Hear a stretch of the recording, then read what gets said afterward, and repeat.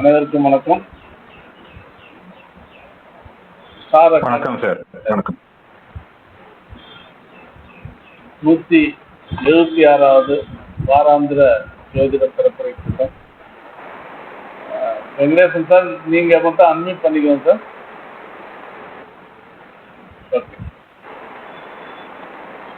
So இன்றைக்கு ஜோதிடத்திற்கான சிறப்புரை, இன்றைய சிறப்புரைக்கான தலைப்பு ஜோதிடத்தில் ஷட்பலம்.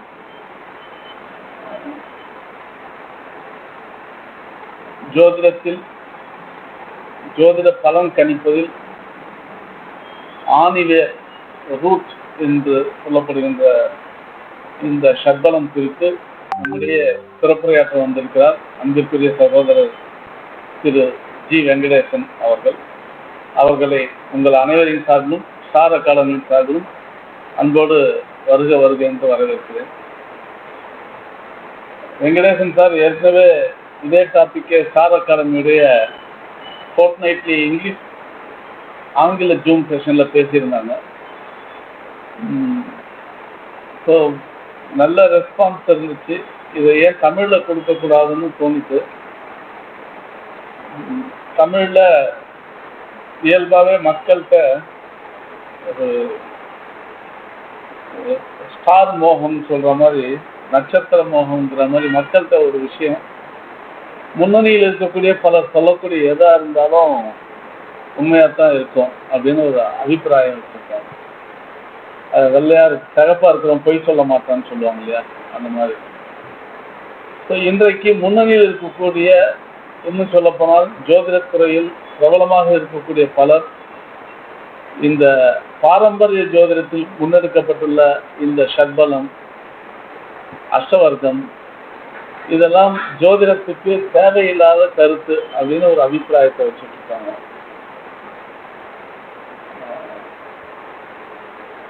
அஸ்திவாரத்தை நாம் பலமாக வைத்திருக்காமல் வெறும் ஜன்னலுக்கு வர்ணம் தீட்டுவது எத்தனை அர்த்தமற்ற ஒரு செயலோ, அப்படித்தான் மகான்களும் ரிஷிகளும் பராசரர், வராகமிகிரர், இப்படி பல பேர் எடுத்து கொடுத்திருக்கக்கூடிய இந்த விஷயங்களை நாம் புறக்கணித்து விட்டு அல்லது நிராகரித்து விட்டு.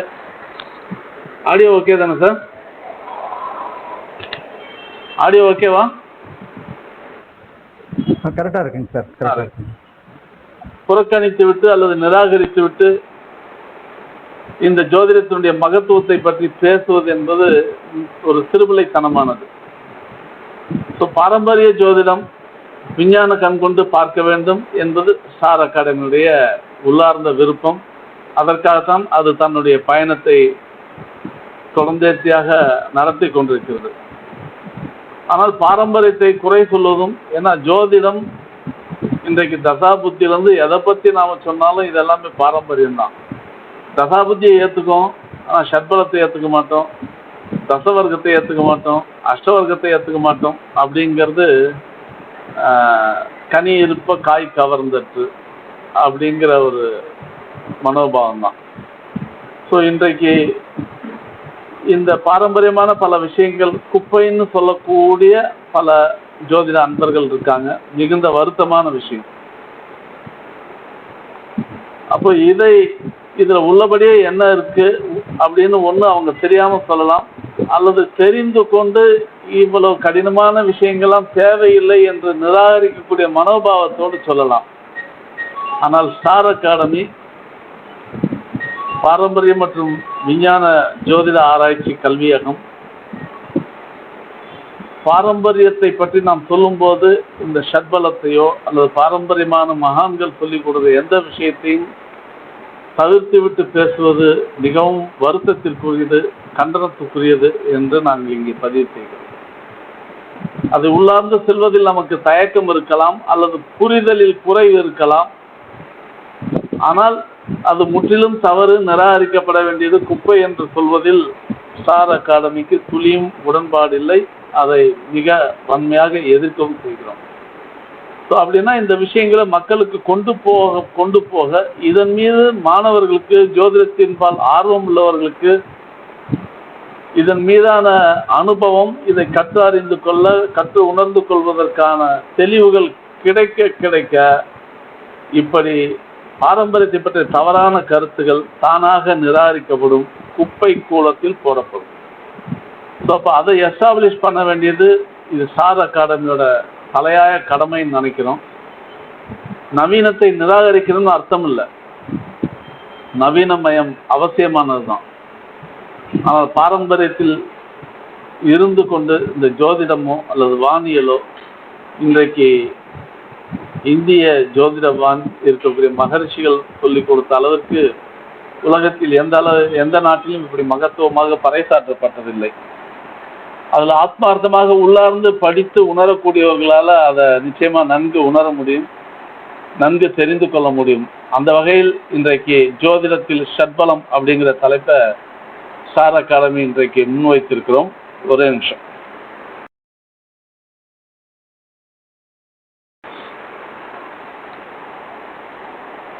ஸோ ஷட்பலத்தை பற்றி பேசணும் அப்படின்னு தோணும்போது ஐகாஸ்லேருந்து ஓசூர் ஜி வெங்கடேசன் சார் ஏற்கனவே நம்ம இதில் ஆங்கிலத்தில் பேசியிருந்ததுனால ஸோ அவரையே தமிழில் பேசுமாறு ஸ்டார் அகாடமி சார்பில் பணித்து கேட்டுக்கொண்டோம்.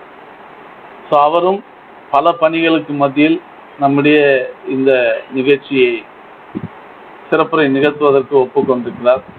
ஸோ மீண்டும் அவருக்கு ஸ்டார் அகாடமியின் சார்பில் உங்கள் அனைவரின் சார்பிலும் மீண்டும் ஒரு முறை அவருக்கு நன்றியை தெரிவித்துக் கொள்கிறேன். வெங்கடேசன் சார் ஐகாஸில் இருக்கக்கூடியவர்களுக்கு நன்கு பரிச்சயமானவர். 1971 மே மாதம் ராசிபுரத்தில் பிறந்தவர்.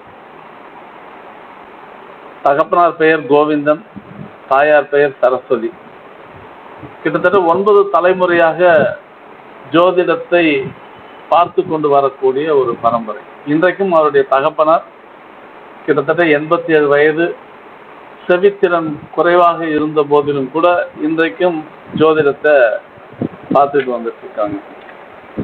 ஐகாஸில் 2 ஆண்டு காலமாக ஜோதிட ஆசிரியராக, ஃபேக்கல்ட்டியாக பணியாற்றிட்டு வந்துட்டு இருக்காங்க. ஐகாஸில் ஜோதிஷ் விசாரதா என்ற பட்டம் பெற்றிருக்காங்க. ஏராளமான ஜோதிட மாணவர்களுக்கு ஜோதிடத்தை முன்னெடுத்து கொடுப்பதில் ஒரு சிறந்த பங்காற்றிட்டு இருக்காங்க. ஸோ நிறைய அவர் தொழில் உத்தியோகம் அப்படிங்கிற விதத்தில் நிறைய பண்ணிட்டு இருந்தாலும் ஜிஷ்ணு இன்ஃபோடெக் பிரைவேட் லிமிடெட் அப்படிங்கிற ஒரு நிறுவனத்தில் எம்டியாக இருந்து கொண்டு இப்படி பல பணிகளுக்கு மத்தியில் நமக்கு இந்த விஷயத்திலையும் பணியாற்றிட்டு இருக்காங்க. BSc chemistry, diploma in software engineering, MCA, diploma in astrology இதெல்லாம் பண்ணியிருக்காங்க. ஸோ ஜிஷ்ணு ஆஸ்ட்ரோ வாஸ்து ரிசர்ச் சென்டர் அப்படிங்கிற ஒரு ஆய்வு மையத்தினுடைய நிறுவனராக இருக்காங்க. ஜோதிஷம் பார்த்துட்டு வராங்க, வேதிக் ஆஸ்ட்ராலஜராகவும் வாஸ்து கன்சல்டன்டாகவும் இருக்காங்க. ஸோ இப்படி பல பணிகளுக்கு மத்தியில் ஸ்டார் அகாடமிக்கு வந்து இன்றைக்கு சிறப்புரை நிகழ்த்துவதற்கு ஒப்புதல் அளித்த மதிப்பிற்குரிய ஜி வெங்கடேசன் ஐயா அவர்களை அன்போடு வருக வருக என்று உங்கள் அனைவரின் சார்பில் வரவேற்கிறேன். சார், மேடை உங்கள் வசம் ஒப்புவிக்கிறேன், நீங்கள் ப்ரொசீட் பண்ணலாம். அன்மியூட்டில் இருக்கீங்கன்னு நினைக்கிறேன்.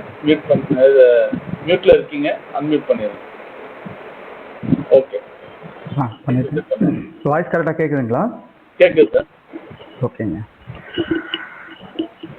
எனக்கு இங்கு பேச வாய்ப்பளித்த ஸ்டார் அகாடமி சேர்ந்த திருவாளர் ஸ்ரீனிவாசன் ஐயா அவர்களுக்கும் அவர்களுக்கு என்னுடைய முதற்கண் வணக்கத்தையும் நன்றியும் தெரிவித்துக் கொள்கிறேன். மற்றும் இந்த குழுவில் இணைந்திருக்கும் ஜாம்பவான்கள், ஆசான்கள், திருவாளர் அல்லூர் ஐயா அவர்கள், ஏன்னா நாங்கள்லாம் அவருடைய புத்தகங்களை வாங்கி படித்து அதிலிருந்து சில அனுபவங்களையும் சில அறிவுகளையும் நாங்கள் எடுத்துக்கொண்ட வகையில் அவர்களுக்கு கண்டிப்பாக நன்றி கடன் பட்டது மட்டுமல்ல, அவருக்கு என்னுடைய பணிவார்ந்த சிரம் தாழ்ந்த வணக்கங்களையும் நான் தெரிவித்துக் கொள்கிறேன். மற்றும் இந்த குழுவில் பயணிக்கும் அனைத்து ஆசான்கள், குறிப்பாக வெங்கடேஸ்வரன் ராமசுப்பு ஐயா அவர்கள், ஏன்னால் அவர்கள்லாம் ஜோதிடத்துக்காக நிறைய காலங்கள் அவர்கள் தங்களுடைய பணியை சிவனே செய்து கொண்டிருக்கிறார்கள் என்பதில் எல்லளவும் சந்தேகமில்லை. அந்த வகையில் மற்றும் இந்த குழுவில் பயணிக்கும் இந்த ஒரு நிகழ்ச்சியில் பங்கு பெற்றிருக்கும் அனைத்து ஜோதிட ஜாம்பவான்கள் ஆசான்கள் அனைவருக்கும் என்னுடைய முதற்கண் சிறந்தார்ந்த வணக்கத்தை தெரிவித்துக் கொள்கிறேன். இப்போ ஒரே ஒரு சின்ன பெரியவர்களுடைய ஒரு உத்தரவின் பேரில், ஒரு அனுமதியின் பேரில் ஒரே ஒரு விஷயத்தை மட்டும் சொல்லிட்டு நான் செஷனுக்குள்ள போலான் இருக்கேன். ஸ்ரீனிவாசன் ஐயா சொன்ன மாதிரி நிறைய ஜாம்பவான்கள் என்று சொல்லக்கூடிய நம்ம இன்றைக்கு நம்மளுடைய தமிழ்நாட்டில் இருக்கக்கூடிய அத்துணை ஜோதிடர்கள் பெரிய ஜாம்பவான்கள் என்று சொல்லக்கூடியவர்கள். சிலருடைய பேச்சுக்கள் மனதிற்கு மிகவும் சங்கடமாகவும் சிறிது என்னது இப்படியெல்லாம் பேசுறாங்களே அப்படின்னு சொல்லிட்டு ஒரு மன வருத்தமாகவும் இருக்கிறது.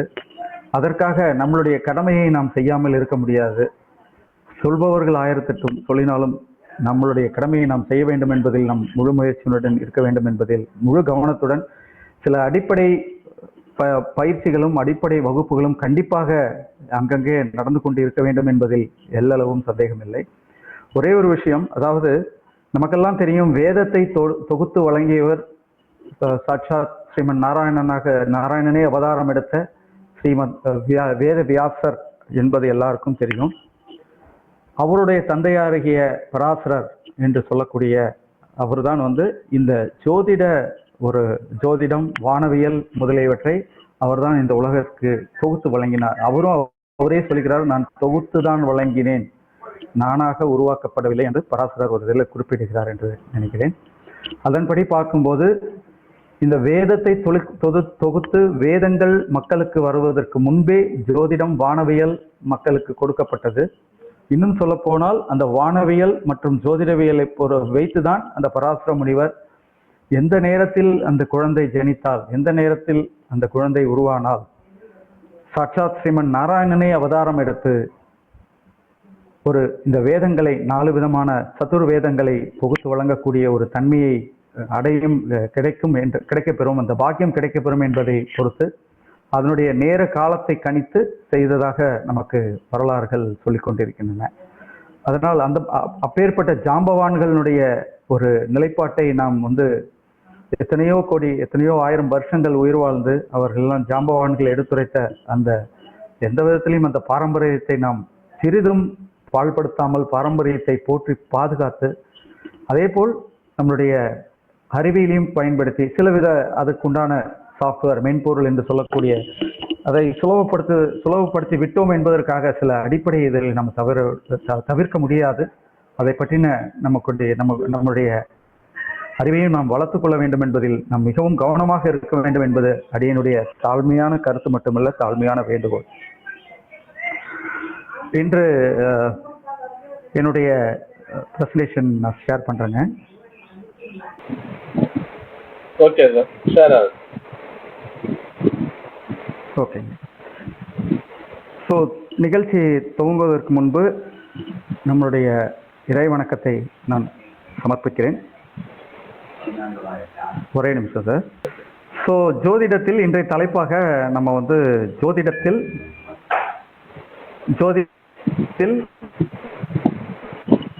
ஷட்பலம் அதை பற்றிய சிறிது அறிமுகம் மற்றும் 6 வித கிரகங்களின் பலங்களை பற்றி பார்ப்போம்.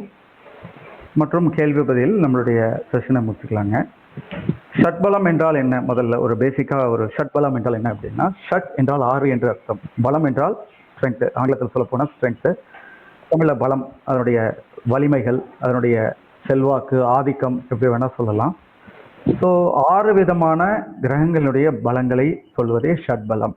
அப்போது ஒருத்தருடைய பிறந்த ஜாதகத்தில் 9 கிரகங்கள், ராகு கேது தவிர்த்து 7 கிரகங்களுடைய பலங்கள் அவருக்கு எப்படி இருக்கு, அதன் மூலம் அந்த குறிப்பிட்ட ஜாதகருக்கு எந்த ஒரு குறிப்பிட்ட ஒரு கிரகத்தினுடைய பலம் அதிகமாக இருக்கு, அதை வரிசைப்படுத்தியும் பார்க்க போறோம். எப்படி வரிசைப்படுத்தணும் அதெல்லாம் நம்ம அந்த ஷட்பலங்களுடைய ஒரு ஆய்வுக்குட்படுத்தி அதன் மூலமா ஒரு கால்குலேஷன்ஸ்ல நிறைய கால்குலேஷன்ஸ்லாம் இருக்கு. அதெல்லாம் ரொம்ப டீப்பாக பார்க்க முடியாத செஷனில் டைமிங் ப்ராப்ளம் இருக்கிறதுனால, ஏன்னா இந்த ஷட்பலம் என்பதே கிட்டத்தட்ட ஒரு வகுப்பு எடுத்தோம்னா, முழுமையான வகுப்பு எடுப்பதற்கு கிட்டத்தட்ட 1 வாரம் நேரம் காலமாகும். அதனால ஒரு சில இடங்களில் ஒரு ரொம்ப ஆழ்ந்து செல்லக்கூடிய ஒரு கணித முறைகளை தவிர்த்து அதனுடைய ஒரு சாராம்சத்தை மட்டும் எடுத்து சொல்வதற்காக நாம் இங்கு கூடியிருக்கிறோம், தெரிந்து கொள்வதற்காக கூடியிருக்கிறோம். ஸோ இப்போ ஷட்பலத்தை அளவீடு முறைக்கு நம்ம வந்து ரூபா அப்படின்னு சொல்லக்கூடிய ஒரு அளவீட்டு முறையை நாம் வைத்துக் கொண்டிருக்கிறோம் பாரம்பரிய முறைப்படி. ஸோ அப்படி அளவீடு பண்ணுறதுக்கு என்ன அளவீடு அப்படின்னா, அதாவது 2 விதமான அளவீடு, சஷ்டி அம்சம் என்று சொல்லக்கூடிய அளவீடு, விரூபா சஷ்டி அம்சம் 2 ஒன்று தாங்க.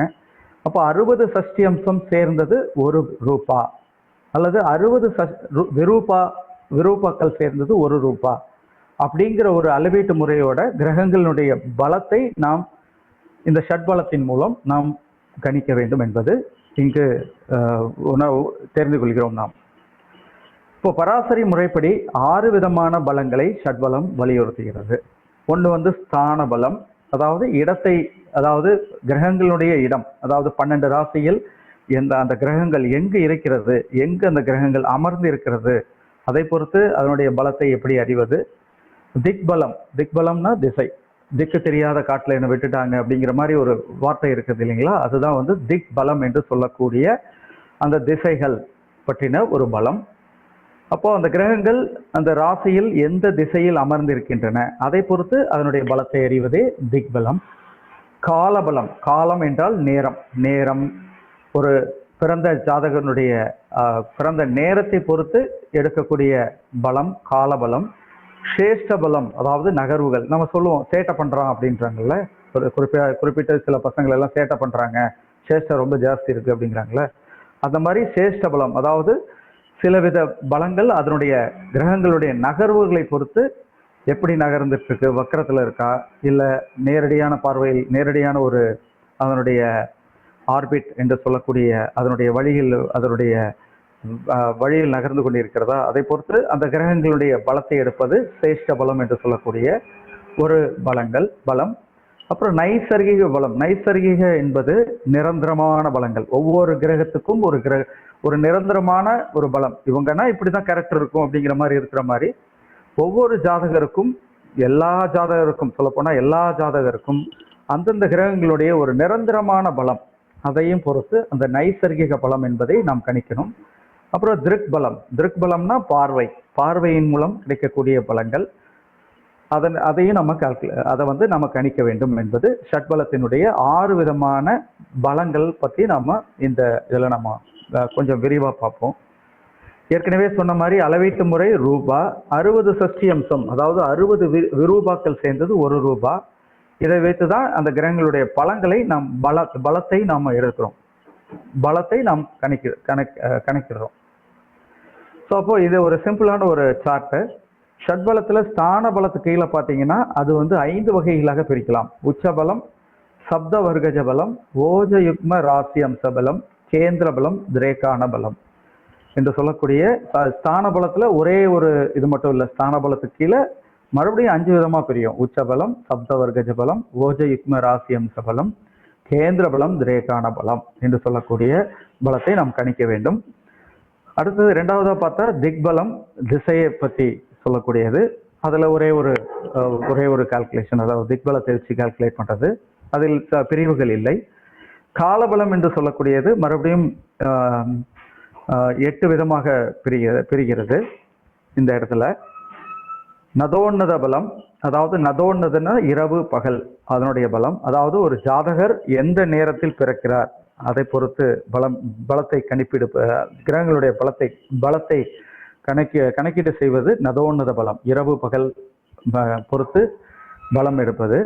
பக்ஷ பலம், நமக்கு பக்ஷம்னா என்னன்னு தெரியும், சுக்லபக்ஷம் மற்றும் கிருஷ்ணபக்ஷம் என்று சொல்லக்கூடிய 2 பக்ஷங்கள் மாறி மாறி வருகிறது. அமாவாசையிலிருந்து பௌர்ணமி, பௌர்ணமியிலிருந்து அமாவாசை என்று சொல்லக்கூடிய பக்ஷத்தில் எந்த பக்ஷத்தில் பிறந்திருக்கிறார் ஜாதகர் என்பதை பொறுத்து அந்த பக்ஷ பலத்தை கணக்கிட வேண்டும். திரிபாக பலம் என்று சொல்லப்படுவது ஒரு நாளை வந்து இரவு ஆகட்டும் பகலாகட்டும் 3 பிரித்து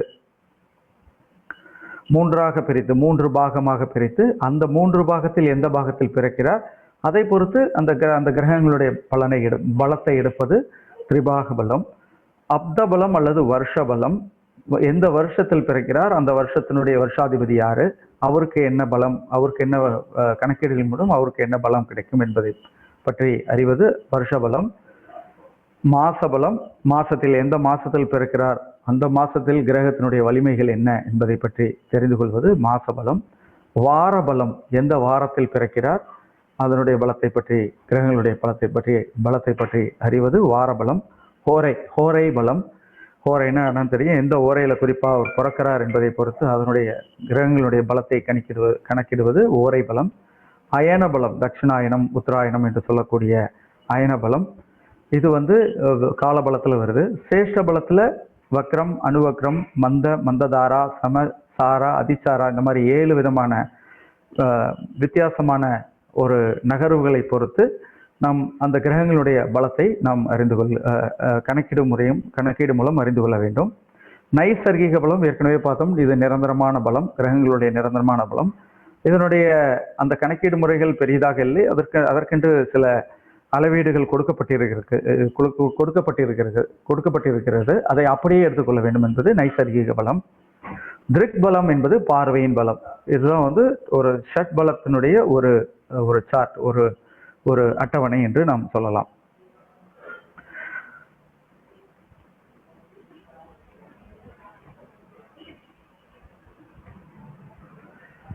முதல்ல ஸ்தான பலம். ஸ்தான பலத்துல உச்சபலம். பொதுவா நம்ம என்ன பண்ணுவோம்னா, உச்சபலம் என்ன அப்படின்னா, ஒரு கிரகம் உச்ச நிலையில் இருக்கிறதா இல்ல நீச்சல் நிலையில் இருக்கிறதா என்பதை நாம் பெரும்பாலும் நம்ம ராசி கட்டத்தை பார்த்தே நாம் பெரும்பாலும் தெரிந்து கொள்கிறோம். உச்சபலத்துல ஒரு கிரகம் இருந்ததுன்னா, உச்ச ராசியில் இருந்தால் எந்தெந்த கிரகம் எந்தெந்த ராசியில் உச்சம் நீசம் என்பதை பற்றி நமக்கு நல்லா தெரியும். அதுல உச்ச ராசியில் இருக்கும்போது அந்த கிரகம் உச்ச ராசியில் இருக்கிறது, அதனால உச்சபலத்தை அடைகிறது. ஒரு குறிப்பிட்ட கிரகம் நீச ராசியில் இருக்கிறது, அதனால் நீச பலத்தை அடைகிறது என்பதை நாம் எல்லாத்துக்கும் அனைத்து ஜோதிடர்களும் அறிந்ததே. ஆனால் எல்லா கிரகத்துக்கும் உச்சபலம் நீசபலம் கணக்கிட வேண்டும், உச்சபலத்தை கணக்கிட வேண்டும். அப்போ ஒரு கிரகம் முழுமையாக உச்சம் பெற்றிருந்தால் முழுமையாக பலத்தை அடைகிறது, இல்ல குறைவான உச்சம் பெற்றிருந்தால் குறைவான பலம் அடைகிறது என்பதை நாம் ஒவ்வொரு கிரகத்துக்கும் முழுமையான உச்சம் பெற்ற கிரகத்தை மட்டும் நம்ம ஷட்பலத்துல பாக்குறது இல்லை. எல்லா கிரகங்களுக்கும் எந்த அளவுக்கு அவங்களுடைய அந்த பலம் பெற்று இருக்கிறார்கள். ஈவன் கொஞ்சம் கூட நீச்சத்துல இருக்கிற கிரகம் கூட முழுமையாக நீச்சம் பெறவில்லை என்றாலும் அதுலேயும் கொஞ்சம் உச்சபலம் இருக்கும், கொஞ்சம் குறிப்பிட்ட ஒரு பகுதி உச்சபலமாக இருக்கும் என்பதை அதையும் கணக்கீடு மூலம் அறிய முடியும். அதற்காக இந்த ஸ்தான பலத்தை நாம் எடுத்துக்கொள்ள வேண்டும்.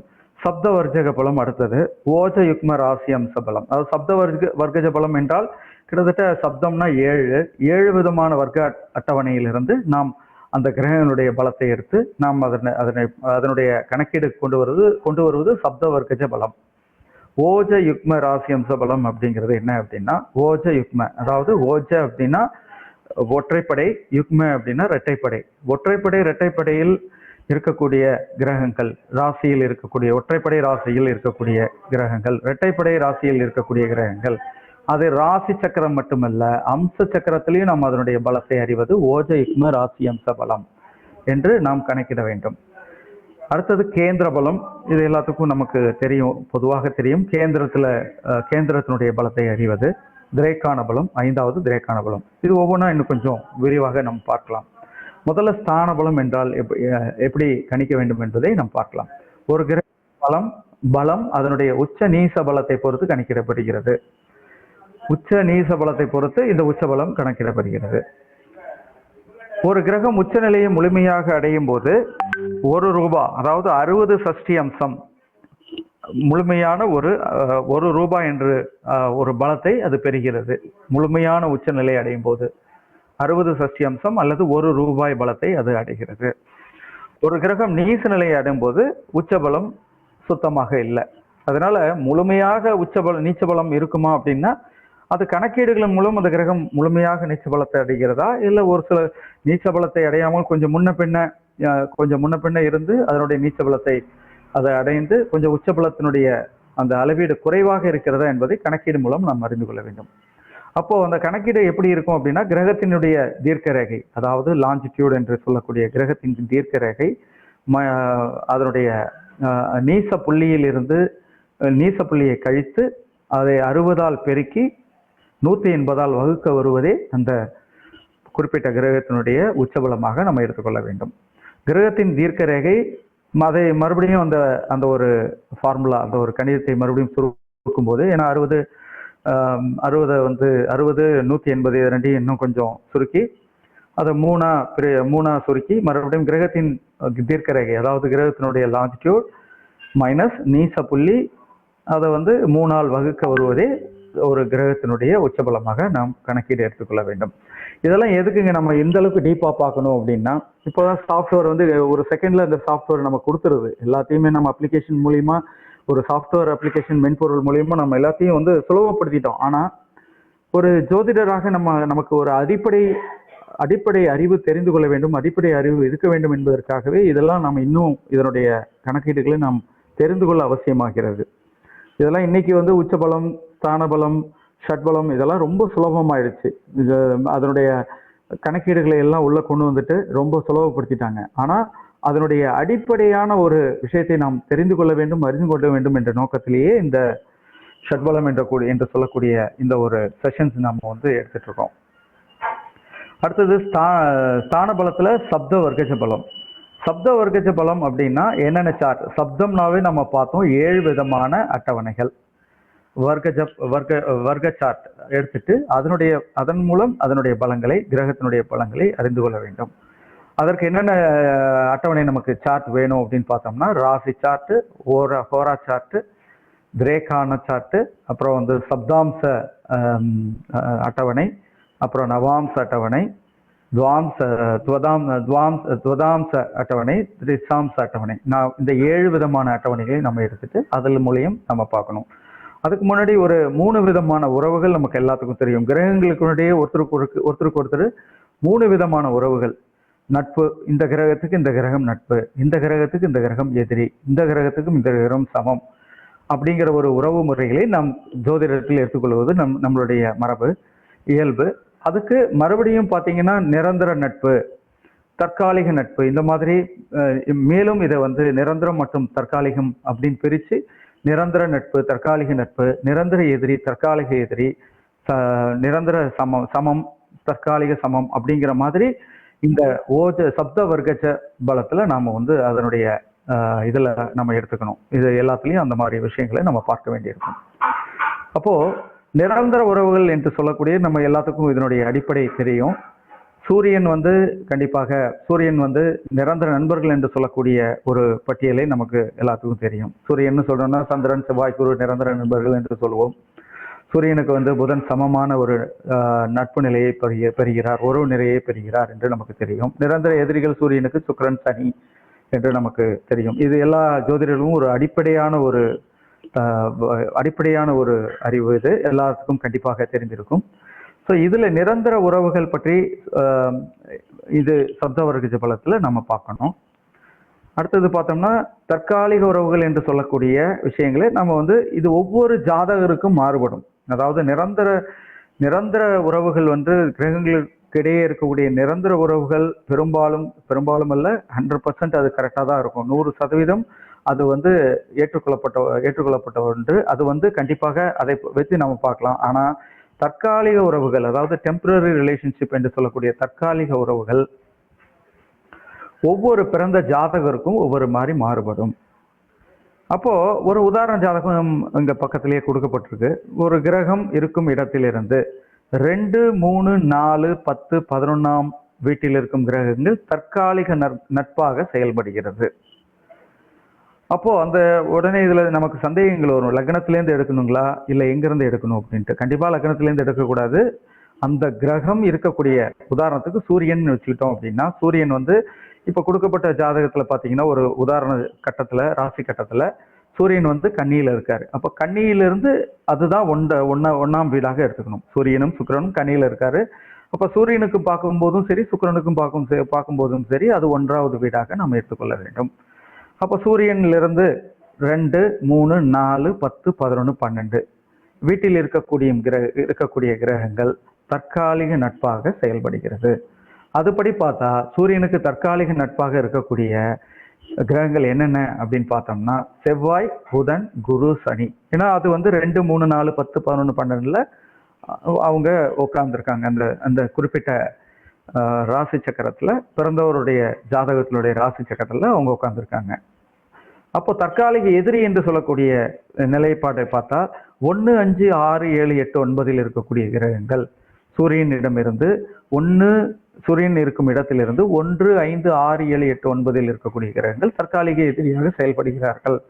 அப்படி பார்த்தோம்னா சூரியனுக்கு சந்திரன் பார்த்தீங்கன்னா நிரந்தர உறவுகளில் பார்த்தீங்கன்னா கண்டிப்பாக அவர்கள் இருவரும் நண்பர்கள், ஒருத்தருக்கு ஒருத்தர் நண்பர்கள். ஆனால் இந்த ஜாதகத்தில் அதே சந்திரன் வந்து தற்காலிக எதிரியாக செயல்படுகிறார் என்பதை நாம் அறிந்து கொள்ள வேண்டும்.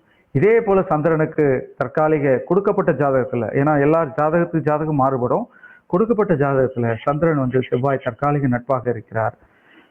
சூரியன், புதன், குரு, சுக்கிரன், சனி இவர்கள் தற்காலிக எதிரிகளாக இருக்கிறார்கள். இதை பொறுத்து நாம் இந்த கிரகங்களுடைய பலத்தை எடுக்க வேண்டும். அப்போ அது மறுபடியும் விரிந்து தற்காலிக நட்பு கூட்டல் நிரந்தர நட்பு ஈக்குவல் டு அதிநட்பாக செயல்படுகிறார்கள். அப்போ தற்காலிக நட்பு கூட்டல் நிரந்தர சத்ரு சமமாக இருக்கிறார்கள். தற்காலிக நட்பு கூட்டல் நிரந்தர சமம் நட்பாக இருக்கிறார்கள். தற்காலிக சத்ரு கூட்டல் நிரந்தர சத்ரு அதி சத்ரு ஆகி விடுகிறார்கள். தற்காலிக சத்ரு கூட்டல் நிரந்தர நட்பு சமமாக இருக்கிறது. தற்காலிக சத்ரு நிரந்தர சமம் சத்ருவாக இருக்கிறது. இந்த மாதிரி ஒரு அமைப்பை நாம் எடுத்துக்கொண்டு 7 சார்ட்டுகளையும் நாம் ஏற்கனவே பார்த்த மாதிரி 7 அட்டவணை என்று சொல்லக்கூடிய 7 சார்ட்டுகளையும் நம்ம அதை ஆராய்ச்சி பண்ணணும். அப்போ அந்த 7 சார்ட்லையும் ராசி சார்ட்லையும் பார்க்கணும், ஓரை சார்ட்லையும் பார்க்கணும், திரேக்கானத்திலையும் பார்க்கணும், சப்தாம்சத்திலையும் பார்க்கணும், நவாம்சம், துவாதாம்சம், திரிசாம்சம், இந்த 7 விதமான அட்டவணைகளையும் இந்த கிரகங்களுடைய நிலை, உட்கார்ந்திருக்கும் அமர்ந்திருக்கும் நிலையை பொறுத்து அவர்கள் எந்த நிலையில் இருக்கிறார்கள், அதிநட்பில் இருக்கிறார்களா, சமமாக இருக்கிறார்களா, நட்புல இருக்கிறார்களா, அதிசத்ருவில் இருக்கிறாங்களா, சமத்துல இருக்கிறாங்களா, சத்ருவா இருக்கிறாங்களா, இந்த மாதிரி ஒரு ஆய்வை நாம் மேற்கொண்டு அதன்படி இங்க இருக்கும் கிரகம் இருக்கும் இடத்தை வச்சு அவங்களுக்கு நாம மார்க், அதனுடைய பாயிண்ட், சஷ்டி அம்சத்தை நம்ம கொடுக்குறோம். அப்படி பார்த்தா மூல திரிகோண வீடுகளில் ஒரு கிரகம் அமர்ந்திருந்தால் அவற்றிற்கு 45 சஷ்டி அம்சம் கொடுக்கணும். சுய வீட்டில் அமர்ந்திருந்தால் 30 சஷ்டி அம்சம் கொடுக்கணும். அதிமித்திர வீட்டில் இருந்தால் 22.25 சஷ்டி அம்சம் கொடுக்கலாம். மித்திர வீட்டில் இருந்தால் 15 சஷ்டி அம்சத்தை நம்ம கொடுக்கலாம். சம வீட்டில் இருந்தால் 7.5 சஷ்டி அம்சத்தை நம்ம கொடுக்கலாம். சத்ரு வீடாக இருந்தால் 3.75 சஷ்டி அம்சத்தை கொடுக்கலாம். அதிசத்ரு வீட்டில் இருந்தால் 1.875 சஷ்டி அம்சத்தை நம்ம கொடுக்கலாம். இந்த மாதிரி ஒவ்வொரு கிரகத்துக்கும் நம்ம மார்க் போட்டு கடைசியாக அந்த ஒவ்வொரு கிரகத்தினுடைய சப்த வர்க்க பலத்தை நம்ம கணக்கில் கொள்ள வேண்டும். ஸோ அப்போ சில கிரகங்கள் அடுத்தது பார்த்தோம்னா இது சப்த வர்க்க முடிஞ்சது. இந்த மாதிரி நம்ம கணக்கில் எடுத்துட்டு வரணும். அடுத்தது ஓஜ யுக்ம ராசி அம்ச பலம். சில கிரகங்கள் இரட்டை ராசியில் இருந்தால், சில கிரகங்கள் ஒற்றை ராசியில் இருக்கும்போது பலம் பெறுகிறது. இது அம்சத்தில் இருந்தாலும் பலம் பெறுகிறது. ஏன்னா நம்ம ஏற்கனவே பார்த்தோம், ஓஜ யுக்ம ராசி அம்ச, ஓஜன ஒற்றைப்படை, யுக்மன இரட்டைப்படை. ராசிலையும் பார்க்கணும், அம்ச சாட்லையும் பார்க்கணும். ஓஜ யுக்ம ராசி அம்ச பலத்தை கணக்கிட வேண்டும். அப்போ சந்திரன், சுக்கிரன் இரட்டை ராசியில் இருந்தால், கொடுக்கப்பட்டுள்ள ஜாதகத்திற்கு இரட்டை ராசியில் இருந்தால் அவற்றிற்கு 15 சஷ்டி அம்சம் மார்க் கொடுக்கணும். சூரியன், செவ்வாய், குரு, புதன், சனி ஒற்றை ராசியில் இருந்தால் 15 சஷ்டி அம்சம் மார்க் கொடுக்கலாம்.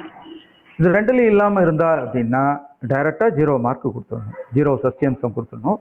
அதை பொறுத்து நம்ம ஒவ்வொரு கிரகமும் எந்தெந்த ராசியில் இருக்கிறார்கள், அவர்களுக்கு என்ன ராசியின்படி எவ்வளவு சஷ்டி அம்சம் பெறுகிறார்கள், பலம் பெறுகிறார்கள், நவாம்சத்தின்படி எவ்வளவு சஷ்டி அம்சம் பெறுகிறார்கள், அதனுடைய யுக்ம பலம் எவ்வளவு அப்படின்னு பார்த்துட்டு யோஜ யுக்ம பலம் எவ்வளவு அப்படின்ட்டு ரெண்டையும் நம்ம கூட்டி நம்ம மொத்த ஓஜ யுக்ம ராசி அம்ச பலத்தை கணக்கீடு செய்ய வேண்டும்.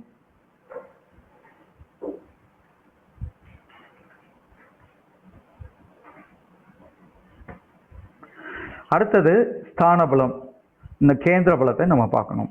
கிரகங்கள் கேந்திரத்தில் இருந்தால் 1, 4, 7, 10 இந்த இடத்தில் இருந்தால், ஒரு கிரகம் இருந்தால், எந்த ஒரு கிரகமாக இருந்தாலும் சரி, அவற்றிற்கு 60 சஷ்டி அம்சம் கொடுக்கணும்.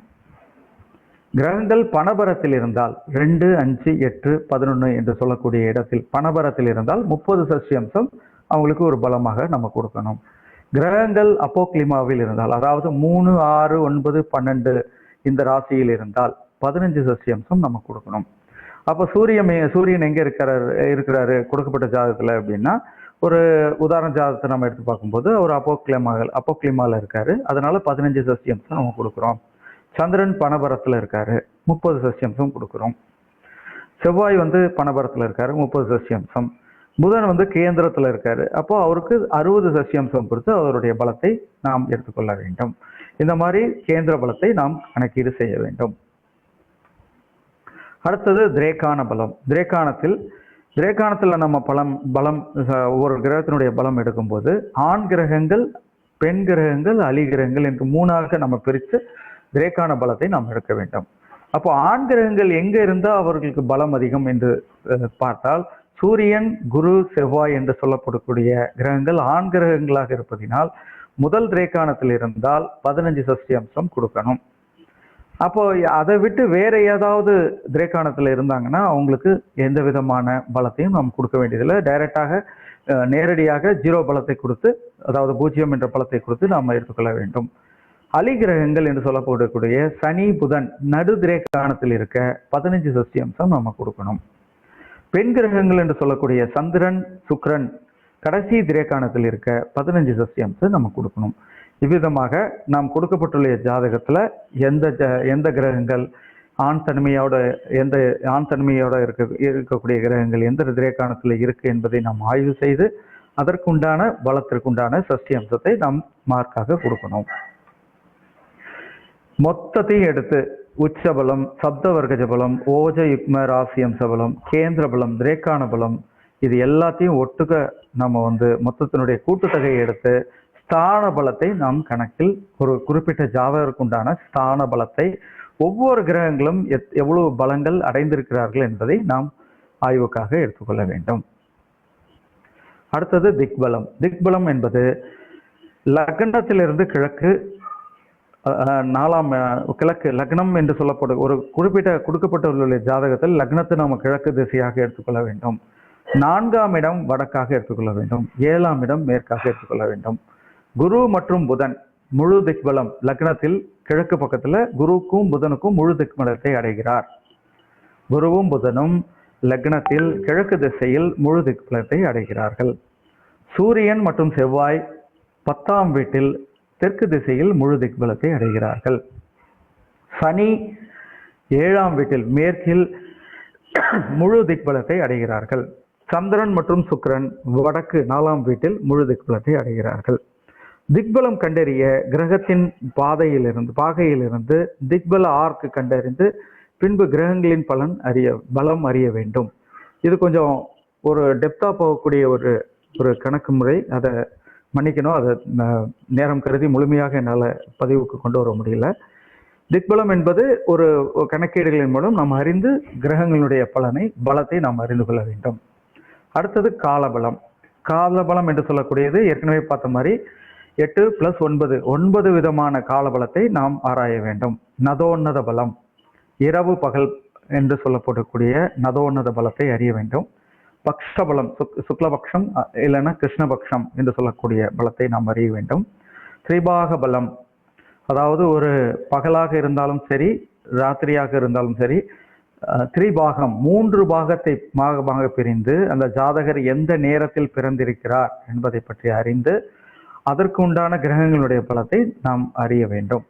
அப்த பலம், வருஷாதி பலத்தை நாம் அறிய வேண்டும். மாச பலம், வார பலம், ஓர பலம், அயன பலம், யுத்த பலம், இது 9 விதமான பலத்தை நாம் அறிந்து கொள்ள வேண்டும், கணக்கீடு செய்ய வேண்டும். அப்படி பார்த்தா நதோன்னத பலம் ஜாதகரின் பிறந்த நேரத்தை வச்சுட்டு பகல் இரவு பொறுத்து கிரகங்களின் பலம் அமையும். அதுல பார்த்தோம்னா சந்திரன், சனி, செவ்வாய் நடு இரவில் பலம் அதிகம். ஒருவேளை ஜாதகர் இரவில் பிறந்திருந்தால் நடு இரவு என்பது இங்கு 12 மணி, ராத்திரி 12 மணி. அப்போ 12 மணியில பிறந்திருந்தால் அவருக்கு 60 சஷ்டியம்சம் நேரடியாக கொடுத்துடலாம். ஆனா ஒவ்வொரு கிரகங்களுடைய அந்த சஷ்டியம்ச கணக்குகளுக்கும் கணக்கீடுகள் இருக்கு. அந்த கணக்கீடுகள் மூலம் ஒவ்வொரு ஈவன் அவர் பகல்லையே இரவில் பிறந்திருந்தா கூட இரவில் இருக்கக்கூடிய பலம் அதிகம் என்று சொன்னால் கூட பகலில் பிறந்திருக்கக்கூடிய கிரகங்களுக்கு பலம் இல்லையா என்று கேட்டால் அதற்கு உண்டு. அதனுடைய பிறந்த நேரத்தை பொறுத்து அதனுடைய பலங்கள் சிறிது குறையுமே தவிர முழுமையாக பலம் ஒருவேளை முழுமையான பலம் ரொம்ப பகல், அதாவது ரொம்ப ராத்திரி இல்லாம பகலும் இல்லாம சாயந்தரம் வேலையில 8 மணி இரவு 8 மணி பிறந்திருந்தாரு, இல்லை 9 மணிக்கு பிறந்திருக்காரு அப்படின்னா அதுக்கு தகுந்த மாதிரி பலத்தினுடைய கிரகங்களுடைய பலங்கள் முன்ன பின்ன அதிகமாகவும் கூடுதலாகவும் குறைவாக வரும். அப்போ சந்திரன் சனி செவ்வாய் நடு இரவில் பலம் அதிகம், அவர்களுக்கு 60 சஷ்டியம்சம் பெறுகிறார்கள். சூரியன் குரு சுக்கிரன் நண்பகலில் பலம் அதிகம், அவர்கள் 60 சஷ்டியம்சம். ஒருவேளை ஜாதகர்கள் பகலில் பிறந்திருந்தால் இவர்கள் முழுமையாக 60 சஷ்டியம்சம் பெற வாய்ப்பு உண்டு. நடு இரவில் பலம் இல்லை. மேல சொன்ன சந்திரன் சனி செவ்வாய் அவர்களுக்கு இரவில் பலம் இல்லை. புதனுக்கு இரவு பகல் இரண்டிலுமே பலம் உண்டு. நேரடியாக 60 சஷ்டியம்சத்தை இரவில் பிறந்திருந்தாலும் சரி பகலிலும் பிறந்திருந்தாலும் சரி புதன் 60 சஷ்டியம்சத்தை பெறுகிறார்.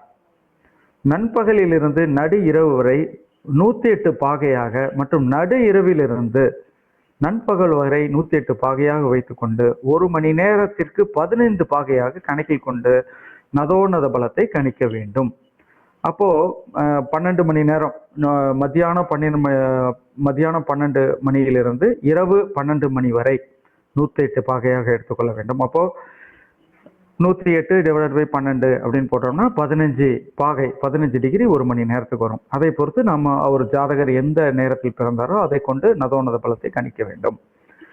கணக்கீடு முறை சுலபமாக நாம தெரிந்து கொள்ளணும் அப்படின்னா பிறந்த நேரத்தினுடைய பாகை, அதாவது டிகிரி, அந்த டிகிரி எடுத்துட்டு -180 / 3 ஈக்குவல் டு பகல் நேர பலம். சூரியன் குரு சுக்கிரன் இவர்களுக்கு இந்த கிரகங்களுக்கு பலம் எடுக்க வேண்டும்.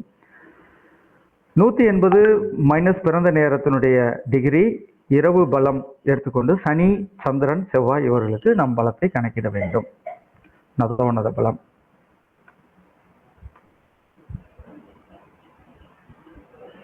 அடுத்தது பக்ஷபலம். பிறந்த ஜாதகர் எந்த பட்சத்தில் பிறக்கிறார்? சுக்லபக்ஷம் என்று சொல்லப்படக்கூடிய வளர்பிறை, அமாவாசையிலிருந்து பௌர்ணமி வரை. சுபகிரகங்களான குரு சுக்கிரன், பாதிக்கப்பட்ட புதன், வளர்பிறை சந்திரன் இவர்களுக்கு பலம் அதிகம். கிருஷ்ணபட்சம் என்று சொல்லக்கூடிய பௌர்ணமியிலிருந்து அமாவாசை வரை பாபகிரகங்களான சூரியன் செவ்வாய் சனி, நல்ல இணைவுடன் கூடிய புதன், தேய்பிரை சந்திரனுக்கு பலம் அதிகம். ஜாதகர் பிறந்த பட்சத்தை பொறுத்து பலம் அறிய வேண்டும். சார், நான் பேசுறது கண்டினியூஸா கேக்குது இல்லைங்களா? ஒரு தடவை உறுதிப்படுத்திக்கிறதுக்காக கேட்கிறேன். சரிங்க. ஸோ காலபலத்தை இந்த மாதிரி வளர்பிறையில் பிறந்திருக்கிறாரா ஜாதகர் அல்லது தேய்பிரையில் பிறந்திருக்கிறாரா என்பதை பொறுத்து காலபலத்தை நாம் கணக்கிட வேண்டும். அடுத்தது திரிபாக பலம். பகல் மற்றும் இரவு நேரங்களை 3 பாகங்களாக பிரித்து பலம் அறிய வேண்டும். பிறந்த நேரத்தை பொறுத்து ஒவ்வொரு கிரகங்களுக்கும் உண்டான பலம் நாம் அறிய வேண்டும். முதல் 4 மணி நேரம், பகல்ல முதல் 4 மணி நேரத்தில் பிறந்திருந்தால் புதன் 60 சஷ்டியம்சத்தை பெறுகிறார். இரண்டாவது 4 மணி நேரத்தில் பிறந்தால் சூரியன் 60 சஷ்டியம்சத்தை பெறுகிறார். மூன்றாவது 4 மணி நேரத்தில் பிறந்திருந்தால் சனி 60 சஷ்டியம்சத்தை பெறுகிறார். இரவு நேரம் பார்த்தோம் அப்படின்னா முதல் 4 மணி நேரத்தில், அதாவது சாயந்தரம் 6 மணியிலிருந்து கணக்கீடு எடுத்துக்கொண்டால் முதல் 4 மணி நேரத்தில் பிறந்திருந்தால் 6 மணியிலிருந்து 10 மணி நேரம் வரையும் பிறந்திருந்தால் சந்திரன் 60 சஷ்டியம்சத்தை பெறுகிறார். இரண்டாவது 4 மணி நேரத்தில் பிறந்திருந்தால் சுக்கிரன் 60 சஷ்டியம்சத்தை பெறுகிறார். மூன்றாம் 4 மணி நேரத்தில் பிறந்திருந்தால் செவ்வாய் 60 சஷ்டியம்சத்தை பெறுகிறார். குரு இரவு பகல் 2 நேரம், எந்த நேரம் பிறந்திருந்தாலும் ஜாதகர் பிறந்திருந்தாலும் குருவுக்கு 60 சஷ்டியம்சத்தை அவர் பெற்றுக்கொள்கிறார் என்று கொள்ள வேண்டும். இதுல ஒரு சில சந்தேகங்கள் ஏற்படும். பகல் இரவு நாம் எப்படி கால்குலேட் பண்றது? சில பேர் 6 மணிலேருந்து 6 மணி வரையும் சொல்லுவாங்க. சில பேர் சாயந்தரம் 6 மணிலேருந்து விடிகாலை 6 மணி நேரம் என்று சொல்வார்கள். ஆனால் குறிப்பிட்ட அந்த ஜாதகர் பிறந்த நேரம், அன்று சூரிய உதயம் என்று அன்றைக்கு பிறந்த நேரத்துல, பிறந்த நாளில் சூரிய உதயம் என்று எப்போ என்று பார்த்து அதன் மூலம் கணக்கீடு செய்வது ஒரு சரியான கணக்கீடை கொண்டு வரும் என்பது பெரும்பாலான ஜோதிடனுடைய கருத்து. காலபலம் இதுல 4, 5, 6, 7 என்று சொல்லக்கூடிய அப்த பலம், மாசபலம், வாரபலம், ஹோராபலம். அப்போ வருஷாதிபதி வந்து 15 சஷ்டி அம்சத்தை பெறுகிறார், மாசாதிபதி 30 சஷ்டி அம்சத்தை பெறுகிறார், வாராதிபதி 45 சஷ்டி அம்சத்தை பெறுகிறார், ஓராதிபதி வந்து 60 சஷ்டி அம்சத்தை பெறுகிறார். இதற்கு கணக்கீடு வந்து மிகப்பெரிய கணக்கீடு, ஒரு ஆழமான ஒரு கணக்கீடு முறைகள் உண்டு. அதை நான் பதிவிடாம மன்னிக்கவும். ஏன்னா நிறைய கணக்கீடு வகைகள் இருக்கு. அகர்கணா என்று சொல்லக்கூடிய 1/1/1990 நாட்களின் எண்ணிக்கையை நாம் கணக்கிட வேண்டும்.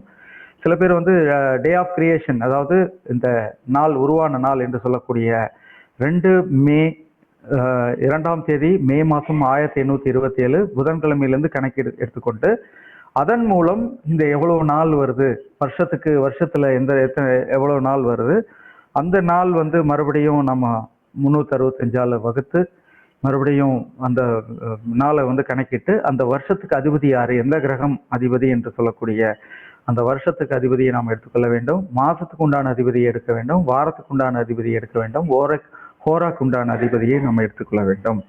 அதற்கு நம்ம என்னலேருந்து கால்குலேஷன் எடுத்துக்கணும் அப்படின்னா day of creation standard value, அது வந்து ஒரு நிரந்தரமான ஒரு வேல்யூ. 2ஆம் தேதி மே மாதம் 1827 புதன்கிழமை அப்படின்னு அந்த நாள்லேருந்து நம்ம கணக்கீடு எடுத்துக்கொண்டு நாம் வந்து அதை கணக்கீடுக்கு எடுத்துக்கொள்ள வேண்டும்.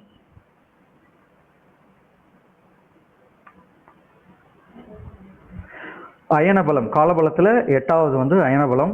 ஒவ்வொரு கிரகமும் பூமத்திய ரேகையிலிருந்து வடக்கே அல்லது தெற்கே சஞ்சரிப்பதை பொறுத்து அதனுடைய பலத்தை கணக்கிட வேண்டும். இது அயனபலம் என்று சொல்லலாம். நமக்கு எல்லாத்துக்கும் தெரியும், பூமியிலிருந்து பார்க்கும்போது சூரியன் வடக்கு நோக்கி பயணிக்கிறார், அதை வந்து உத்தராயணம் என்று சொல்கிறோம். மறுபடியும் வந்து தெற்கு நோக்கி பயணிக்கிறார், அதற்கு வந்து தட்சிணாயனம் என்று சொல்கிறோம். ஸோ அப்போ வந்து வடக்கு நோக்கி பயணம் போது சூரியன் அதே இடத்துல தான் இருக்கிறாரு, அறிவியலின்படி சூரியன் ஒரே இடத்துல தான் இருக்கிறாரு, பூமி வந்து தான் சூரியனை சுத்துது. ஆனால் வந்து நமக்கு பூமியிலிருந்து பார்க்கும்போது சூரியன் வந்து வடக்கு நோக்கி பயணிப்பதாகவும் மறுபடியும் வந்து தெற்கு நோக்கி பயணிப்பதாகவும் நமக்கு நம்மளுடைய கண்களுக்கு புலப்படுகிறது. அதன்படி பார்த்தால் பூமத்திய ரேகை என்று சொல்லக்கூடிய பூமத்திய ரேகையிலிருந்து சரியாக சூரியன் எப்போது வருவார் என்று சொன்னால் மார்ச் மாதம் மேஷ ராசியில் சஞ்சரிக்கும் போது அவர் செலஸ்டியல் ஈக்குவேட்டர் என்று சொல்லக்கூடிய பூமத்திய ரேகையில் சூரியன் பயணிக்கிறார். மறுபடியும் செப்டம்பர் மாதம் துலா ராசியில் சூரியன் பயணிக்கும் போது செப்டம்பர் மாதம் அவர் வந்து செலஸ்டியல் ஈக்குவேட்டர் என்று சொல்லக்கூடிய பூமத்திய ரேகையில் அவர் இருக்கிறார். அதிலிருந்து வடக்கு நோக்கி செல்லும் போது அதிகபட்சம் வந்து பார்த்தீங்கன்னா 90 பாகை வரையும் வடக்கு நோக்கி சென்று விட்டு திருப்பி அவர் திரும்பி பூமத்திய ரேகையை நோக்கி பயணம் பண்ணும்போது திருப்பி மொத்தம் வந்து 90, திருப்பி அது ரிட்டர்னில் வரும்போது 180 பாகையை கணக்கில் கொண்டு மொத்தம் 90 கூட்டல் 90 பாகையாக 180 பாகையை அவர் பயணிக்கிறார் என்று எடுத்துக்கொள்ள வேண்டும். அதே போல தெற்கு நோக்கி பயணிக்கும் போதும் அதே மாதிரி சின்ன ஒரு தவறு இருக்கு, இதுலேயும் வடக்குன்னு கீழேயும் வடக்குன்னு போட்டிருக்கேன், தெற்கு என்று மாற்றிக்கொள்ள வேண்டும். அப்போ 181 பாகையிலிருந்து 240 பாகை வரையும் அவர் தெற்கு திசையில் பயணிக்கிறார். அதாவது 180 240 பாகை வரையும் மற்றும் 241 மறுபடியும் 360 பாகை வரையும் சூரியன் பயணிக்கிறார் என்று நமக்கு அப்படி பார்த்தா 21ஆம் தேதி மார்ச் 21ஆம் தேதி செப்டம்பர் 23ஆம் தேதி ஒரு தோராயமாக இரவு பகல் சமமாக இருக்கும் என்பது நாம் அறிந்தது. சரிங்களா? அப்போ இதனுடைய பலத்தை நாம் எப்படி அறியணும் அப்படிங்கிறத நம்ம பார்க்கலாம். சரிங்களா? அடுத்தது வந்து காலபலத்துல யுத்த பலம். யுத்தம் என்று சொன்னாலே நமக்கு பெரும்பாலும் செவ்வாய் வச்சுதான் யுத்தத்தை, ஏன்னா செவ்வாய் வந்து யுத்த கிரகம் என்று நமக்கு அனைவருக்கும் தெரியும். செவ்வாய் வந்து யுத்த பலத்தில் ஈடுபடுகிறார் என்று நமக்கு எடுத்துக்கொள்ள வேண்டும். அப்போ 2 கிரகங்கள் ஒரு பாதைக்குள் இருந்தால் கிரக யுத்தம் என்று சொல்லப்படுகிறது. ஆனால் பெரும்பாலும் செவ்வாயை வைத்து கிரக யுத்தத்தை காரணமாக கிரக யுத்தத்துக்கு நம்ம பெரும்பாலும் எடுத்துக்கிறோம். இருந்தாலும் 2 கிரகங்கள் எந்த 2 கிரகங்களும் யுத்தத்துல யுத்தப்படலாமா அப்படின்னா ஈடுபட வாய்ப்பு இருக்கு. இதுல சூரியன் சந்திரன் தவிர எல்லா கிரகங்களும் கிரக யுத்தத்தில் ஈடுபடுகின்றனர். யுத்த பலம் கணக்கிட யுத்த பலத்தில் ஈடுபடும் கிரகங்களின் அனைத்து பலங்களையும், அதாவது ஸ்தான பலம், திக்பலம் மற்றும் காலபலம், ஓரை பலம் வர, காலபலத்தில் இருக்கிற ஓர பலம் வர கூடுதலை கணித்து வரும் விடையை வைத்து வெற்றி பெறும் கிரகத்தை பலத்தை அறிய வேண்டும். சரிங்களா? அப்போ இப்போ இதுல சூரியன் தவிர மிச்ச எல்லா கிரகத்தையும் நம்ம எடுத்துக்கிறோம் இந்த யுத்த பலத்துல நம்ம எடுத்துக்கணும். இதுல சூரியனுடைய பலத்தை நம்ம எடுத்துக்கணும், ஆனா யுத்தத்துல நம்ம அவர் ஈடுபடுவது இல்லை என்று எடுத்துக்கொள்ள வேண்டும். அடுத்தது இந்த காலபலத்தினுடைய கூட்டுத்தொகை நாம் எல்லாத்தையும் நதோனத பலம், பக்ஷபலம், திரிபாக பலம், அப்த பலம், மாச பலம், வார பலம், ஓரை பலம், அயன பலம், யுத்த பலம், இவை அனைத்தையும் நம்ம ஒவ்வொரு கிரகத்தினுடைய பலத்தையும் கணக்கீடு செய்து மொத்த கால பலத்தையும் நாம் கணக்கீட்டில் எடுத்துக்கொள்ள வேண்டும். அடுத்தது சேஷ்ட பலம். 4வது பலம் வந்து சேஷ்ட பலம். கிரகத்தினுடைய நகர்வுகளை பொறுத்து சேஷ்ட பலத்தை கணக்கீடு கொள்ள வேண்டும். சேஷ்டா என்றால் முயற்சி என்று பொருளாக எடுத்துக்கொள்ளலாம். தமிழ்ல வந்து முயற்சி என்று பொருளாக நம்ம எடுத்துக்கொள்ளலாம். ஒரு கிரகம் அதற்குண்டான சுற்றுப்பாதையில் முன்னோக்கி செல்லும் போது முயற்சி தேவைப்படாது. அதாவது கிரகத்தினுடைய சுற்றுப்பாதையில் அது சராசரியான வேகத்தில் பயணிக்கிறது என்றால் அதற்கு பெரிய முயற்சி தேவைப்படாது. ஆனால் அதே கிரகம் பின்னோக்கி செல்ல வேண்டும் என்றால் அதற்கு அதிகமான பலம் தேவைப்படுகிறது. இது கிட்டத்தட்ட பார்த்தீங்கன்னா ஒரு ஆறு நதியை வந்து எதிர்நீச்சல் போட்டு நாம கடப்பதற்கு சமமாக ஒரு பலம் நமக்கு தேவைப்படும். சாதாரணமாக அந்த நதி ஓடக்கூடிய பாதையிலேயே நாம நீச்சல் அடிச்சுட்டு போனோம்னா ரொம்ப சுலபமாக நம்ம போயிடலாம். ஆனா நதியினுடைய பாதையை விட்டு எதிர்நீச்சல் அடிக்கும் போது எந்த அளவுக்கு நமக்கு அதுக்கு பலம் தேவைப்படுகிறதோ அந்த அளவுக்கு கிரகங்களுக்கும் அந்த பலம் தேவைப்படுகிறது. சூரியன் சந்திரன் எப்போதும் முன்னோக்கியே செல்கிறது. அதற்கு பின்னோக்கி, அதாவது எதிர்நீச்சல் போடக்கூடிய அமைப்பே வருவதில்லை. சூரியனுக்கும் சந்திரனுக்கும் வருவதில்லை.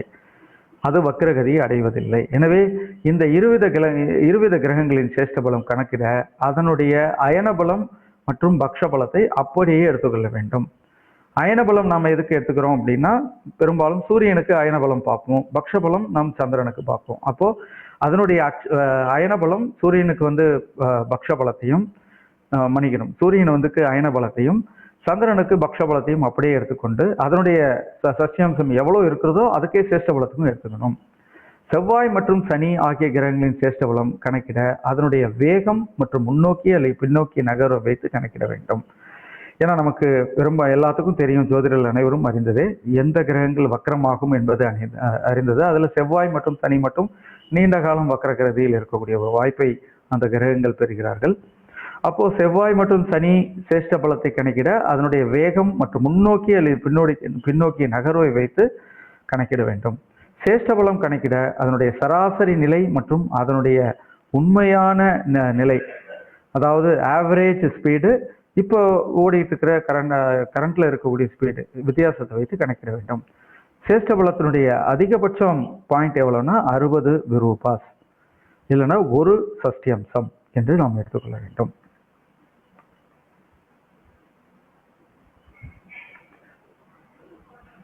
சேஷ்டபலம் எந்த விதமான எப்படி சேஷ்டபலம் மறுபடியும் பார்த்தீங்கன்னா, வக்ரம், அணுவக்ரம், விகலா, மந்ததாரா, சம, சாரா, அதிசாரா, இந்த மாதிரி 8 விதமான ஒரு இதை வக்ரத்தை அடைகிறார்கள், கிரகங்கள் அடைகிறார்கள். வக்ரம் என்பது முன்னோக்கிய நகர்வு, அதாவது 100% பலம், 60 சஷ்டியம்சம் நம்ம எடுத்துக்கணும். சரி, வக்ரம் என்பது மன்னிக்கணும், பின்னோக்கிய நகர்வு. 100% 100% பலத்தோட பின்னோக்கி நகர்வதை 60 சஷ்டியம்சம் நம்ம எடுத்துக்கணும். அணுவக்ரம் என்று சொல்லக்கூடிய முந்தைய ராசிக்குள் நுழைதல், அதற்கு 30 சஷ்டியம்சத்தை நாம் எடுத்துக்கொள்ள வேண்டும். விகலா, முன்னும் பின்னும் நகராமல் ஒரே இடத்தில் இருப்பது விகலா என்று சொல்லக்கூடிய ஒரு நிலை, விகலா என்ற நிலை, அதற்கு 15 சஷ்டியம்சத்தை நாம் எடுத்துக்கணும். மந்தம் என்பது மெதுவாக நகருதல், 30 சஷ்டியம்சத்தை நாம் எடுத்துக்கணும். மந்ததாரா என்று சொல்லக்கூடியது மிக மிக மெதுவாக நகர்தல், அவற்றிற்கு 15 சஷ்டியம்சத்தை நம்ம கொடுக்கணும். சமம், ஏதோ முன்ன பின்ன அப்படியே நகர்ந்துட்டு இருக்கு, பெருசா அதனுடைய சுற்றுப்பாதையில் நேரடியாக, அதாவது முன்னோக்கியும் செல்லல பின்னோக்கியும் செல்லல, மந்தமாகவும் இல்லை, ஏதோ கொஞ்சம் அப்படியே மெதுவாக நகர்தலை சமமாக நம்ம எடுத்துக்கொள்ள வேண்டும். 7.5 சஷ்டியம்சத்தை பெறுகிறார்கள். சாரா என்று சொல்லக்கூடிய சராசரி வேகத்தில் முன்னோக்கி நகர்தலை சாரா என்று நாம் சொல்கிறோம். அதற்கு 45 சஷ்டியம்சத்தை, அதாவது வக்கரமா தான் இருக்கு, ஆனால் ஏதோ முன்னோக்கி நகர்ந்து கொண்டிருக்கிறது சராசரி வேகத்தில்.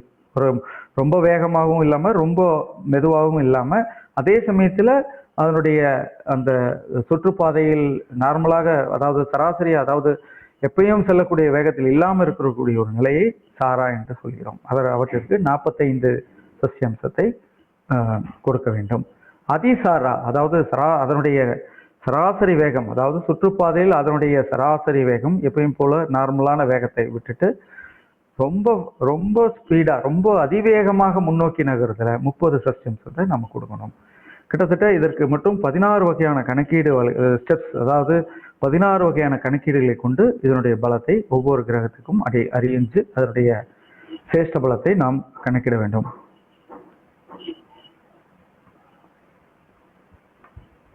அடுத்து நைசர்கிக பலம். இருக்கிறதே ஒரு எளிமையான பலத்தை கண்டறிவதில் நைசர்கிக பலம் தான் ரொம்ப எளிமையான ஒரு பலம். அது ஒரு ஸ்டாண்டர்ட் வேல்யூ, அதாவது ஒவ்வொரு கிரகத்துக்கும் கிரகங்களுடைய ஒளிர்விடும் தன்மையை பொறுத்து இது நிர்ணயிக்கப்படுகிறது. அப்போ சூரியன்னா 60 சசியம்சம் டைரக்டாக கொடுத்துடலாம். கண்ணை மூடிட்டு சூரியன் இருக்கிறாரு அப்படின்னா ஒரு 60 சசியம்சம் எந்த ஜாதகத்துக்கு வேணாலும் கொடுத்துடலாம். சந்திரனுக்கு 51.43. ஏன்னா இது ஒளிர்விடும் தன்மையை பொறுத்து, லூமினாசிட்டி என்று சொல்லக்கூடிய ஒளிர்விடும் தன்மையை பொறுத்து அவர்களுக்கு எவ்வளவு சசியம்சம் பெறுகிறார்கள், நைசர்கிக பலத்தில் சசியம்சத்தை பெறுகிறார்கள் என்பது ஒரு ஸ்டாண்டர்ட் வேல்யூ. அதை அப்படியே எடுத்துக்கணுங்க. சூரியன் 60 சசியம்சத்தை பெறுகிறார். சந்திரன் பார்த்தீங்கன்னா அதனுடைய ஒளிர்விடும் தன்மையில் 51.43 சசியம்சத்தை பெறுகிறார். சுக்கிரன் 42.85 சசியம்சத்தை பெறுகிறார். குரு 34.28 சசியம்சத்தை பெறுகிறார். புதன் 25.7 சசியம்சத்தை பெறுகிறார். செவ்வாய் 17.14 சசியம்சத்தை பெறுகிறார். இருக்கிறதுலேயே சனிதான் ரொம்ப தூரம், சூரியனிலிருந்து மிக தொலைவில் இருப்பதனால், அவருக்கு ஒளிவிடும் தன்மை குறைவாக இருப்பதனால் அவர் 8.57 சசியம்சத்தை பெறுகிறார். அடுத்ததாக 6வது திரிக் பலம், அதாவது கிரகங்களுடைய பார்வையினுடைய பலம். திருஷ்டி அப்படின்னா பார்வை, திரிக் என்றாலும் பார்வை. எல்லா கிரகங்களுக்கும் 180 பாகையில் பார்வை உண்டு. ஒரு கிரகம் இருக்கு அப்படின்னா அதனுடைய 180, அதை நம்ம ஜோதிடர் சொல்லுவோம், 7ஆம் இடத்துல எல்லா கிரகமும் பார்க்கக்கூடிய தன்மையை பெறுகிறார்கள். 7ஆம், அதாவது கிரகம் இருக்கும் இடத்திலிருந்து 7ஆம் பார்வையாக 7ஆம் ராசியை எல்லா கிரகமும் பார்க்கும் அப்படிங்கிறது நமக்கு தெரியும். அப்போ 180 பாகையில் எல்லா கிரகங்களுக்கும் திருஷ்டி உண்டு. திருஷ்டி கேந்திரம் அப்படின்னு சொல்லக்கூடிய திருஷ்டியினுடைய பார்வையினுடைய பாகை எந்த கிரகமாக இருந்தாலும் அது இருக்கக்கூடிய இடத்திலிருந்து 30 பாகை முன்னோக்கியும் 60 பாகை பின்னோக்கியும் பார்க்க இயலாது. அதற்கு திருஷ்டி கிடையாது. கிரக பார்வையின் திறன் 30 பாகையிலிருந்து முன்னோக்கிய வகையில் 30 பாகையிலிருந்து 300 பாகை வரையுமே அதற்கு பார்க்கக்கூடிய திறன் உண்டு. அப்போ திருஷ்டி கேந்திரம் 30 பாகையிலிருந்து அந்த கிரகங்கள் எந்த பாகையில் இருக்கிறதோ அதை பொறுத்து அவர்களுக்கு நாம் மதிப்பீடு அளவீடு செய்ய வேண்டும். 30 பாகை வரையும் திருஷ்டி இல்லைன்னு சொல்லிட்டோம், அதனால சசியம்சம் கிடையாது. 30 பாகையிலிருந்து 60 பாகை வரை உள்ள கிரகங்களுக்கு 15 சசியம்சம் பெறுகிறார்கள். 90 பாகையில் 60லிருந்து 90 பாகையில் இருக்கக்கூடிய கிரகங்கள் 45 சசியம்சத்தை பெறுகிறார்கள்.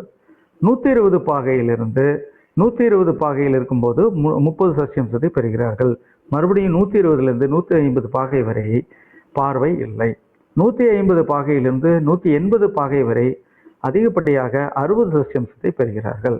180லிருந்து 300 வரை படிப்படியாக குறைந்து 300 பாகையில் பலத்தை இழக்கிறார்கள். இது திரிக் பலம் என்று சொல்லக்கூடிய பார்வையின் பலம், ஒவ்வொரு கிரகத்தினுடைய பார்வையின் பலமாக நாம் ஏற்றுக்கொள்ள வேண்டும். ஸோ இதையெல்லாம் கணக்கீட்டில் எடுத்துக்கொண்டு ஷட்பல பிண்டம் கணக்கீடு செய்ய வேண்டும். எல்லா கிரகங்களின் பலத்தையும் கூட்டுத்தொகையாக ரூபாவாக நாம் மாற்றிக்கொண்டு அதனுடைய ஷட்பல பிண்டத்தை நாம் கணக்கீடு செய்ய வேண்டும். அப்போ ஸ்தானபலம், திக்பலம், காலபலம், சேஷ்டபலம், நைசர்கிக பலம், திக்பலம் என்று சொல்லக்கூடிய 6 விதமான ஷட்பலத்தினுடைய அந்த மொத்த மதிப்பீடுகளையும் எடுத்துக்கொண்டு ஒவ்வொரு கிரகத்தினுடைய மொத்த மதிப்பீடையும் எடுத்துக்கொண்டு அவற்றை நாம் மொத்த சஷ்டி அம்சத்தையும் ரூபாவாக மாற்றிக்கொள்ள வேண்டும். மொத்த சஷ்டி அம்சம் டிவைடட் பை 60 என்று சொன்னால் நம்ம ரூபாவாக மாற்றிக்கொள்ள வேண்டும். இவற்றை எடுத்துக்கொண்டு ஷட்பல பிண்டத்தை கணக்கீடு செய்து கொண்டு 60ஆக மாற்றிக்கொண்டால் அவை ஷட்பல பிண்டமாக நாம் எடுத்துக்கொள்ள வேண்டும். அப்போ கிரகங்களின் ஷட்பலம் எப்படி கணக்கீடு செய்யணும் அப்படின்னா, ஷட்பல பிண்டம் என்று சொல்லக்கூடிய ஒவ்வொரு கிரகத்தினுடைய பலத்தை ரூபாவில் எடுத்துக்கொண்டு ஒவ்வொரு கிரகத்துக்கும் ஷட்பலத்துல குறைந்த அளவு தேவை, அதாவது மினிமம் என்று சொல்லக்கூடிய குறைந்த அளவு பலம் நமக்கு தேவை இருந்தால் நல்லா இருக்கும் அப்படிங்கிற சொல்லக்கூடிய ஒரு கணக்கீடு கொடுக்கப்பட்டிருக்கிறது. அதன்படி சூரியனுக்கு 5 சஷ்டியம்சம் மன்னிக்கணும் 5 ரூபாய் இருக்கணும், சந்திரனுக்கு 6 ரூபாய் இருந்தால் நல்லது, சுக்கிரனுக்கு 5 ரூபாய் இருந்தால் ஷட்பலம் ரூபாவாக இருந்தால் நல்லது, குருவுக்கு 7 ரூபாய் இருந்தால் நல்லது, புதனுக்கு 6.5 ரூபாவாக இருந்தால் நல்லது, செவ்வாய்க்கு 5.5 இருந்தால் நல்லது, சனி 5 இருந்தால் நல்லது. இது குறைந்தபட்ச அளவீடு. அப்போ அந்த ஷட்பலத்த பிண்டத்தை மறுபடியும் ஒரு சிறிய கணக்கீடு மூலம் ஷட்பலமாக நாம் மாற்றிக்கொள்ள வேண்டும். அப்போ ஷட்பல பிண்டம் டிவைடட் பை குறைந்தபட்ச அளவு என்று சொல்லக்கூடிய ஒவ்வொரு கிரகத்துக்கும் குறைந்தபட்ச அளவீடாக நாம் எடுத்துக்கொண்டு அதிலிருந்து வகுக்க வருவது ஷட்பலம். அப்போ இந்த கொடுக்கப்பட்டுள்ள ஜாதகத்தில் ஒரு உதாரண ஜாதகத்துல சூரியன் 1.42 ஷட்பலத்தை பெறுகிறார். அப்படி பார்த்தோம்னா ஒவ்வொரு கிரகத்திற்கும் என்ன ஷட்பலத்தை நம்ம பெறுகிறார் என்பதை பொறுத்து அதை நாம் வரிசைப்படுத்த வேண்டும். பலத்தை வரிசைப்படுத்த கிரகங்களுடைய பலத்தை பொறுத்து நாம் வரிசைப்படுத்த வேண்டும். அப்படி பார்த்தா கொடுக்கப்பட்டுள்ள ஜாதகத்தில் சூரியன் நம்பர் 1 பலத்தை அடைகிறார். அதாவது முதல் தர, அதாவது ஃபர்ஸ்ட் மார்க் வாங்கி ஒரு ரூபா முதல் தர ஷட்பலத்தை வாங்கி முதல் பலத்தை அடைகிறார். இரண்டாவதாக சனி அடைகிறார். மூன்றாவதாக இந்த மாதிரி ஒவ்வொரு ஷட்பலத்தையும் நாம கணக்கில் எடுத்துக்கொண்டு அந்த ஜாதகருக்கு பலன் சொல்லுவதற்கு நாம் தயாராக வேண்டும் என்பதே ஷட்பலத்தினுடைய மொத்த கணக்கீடு.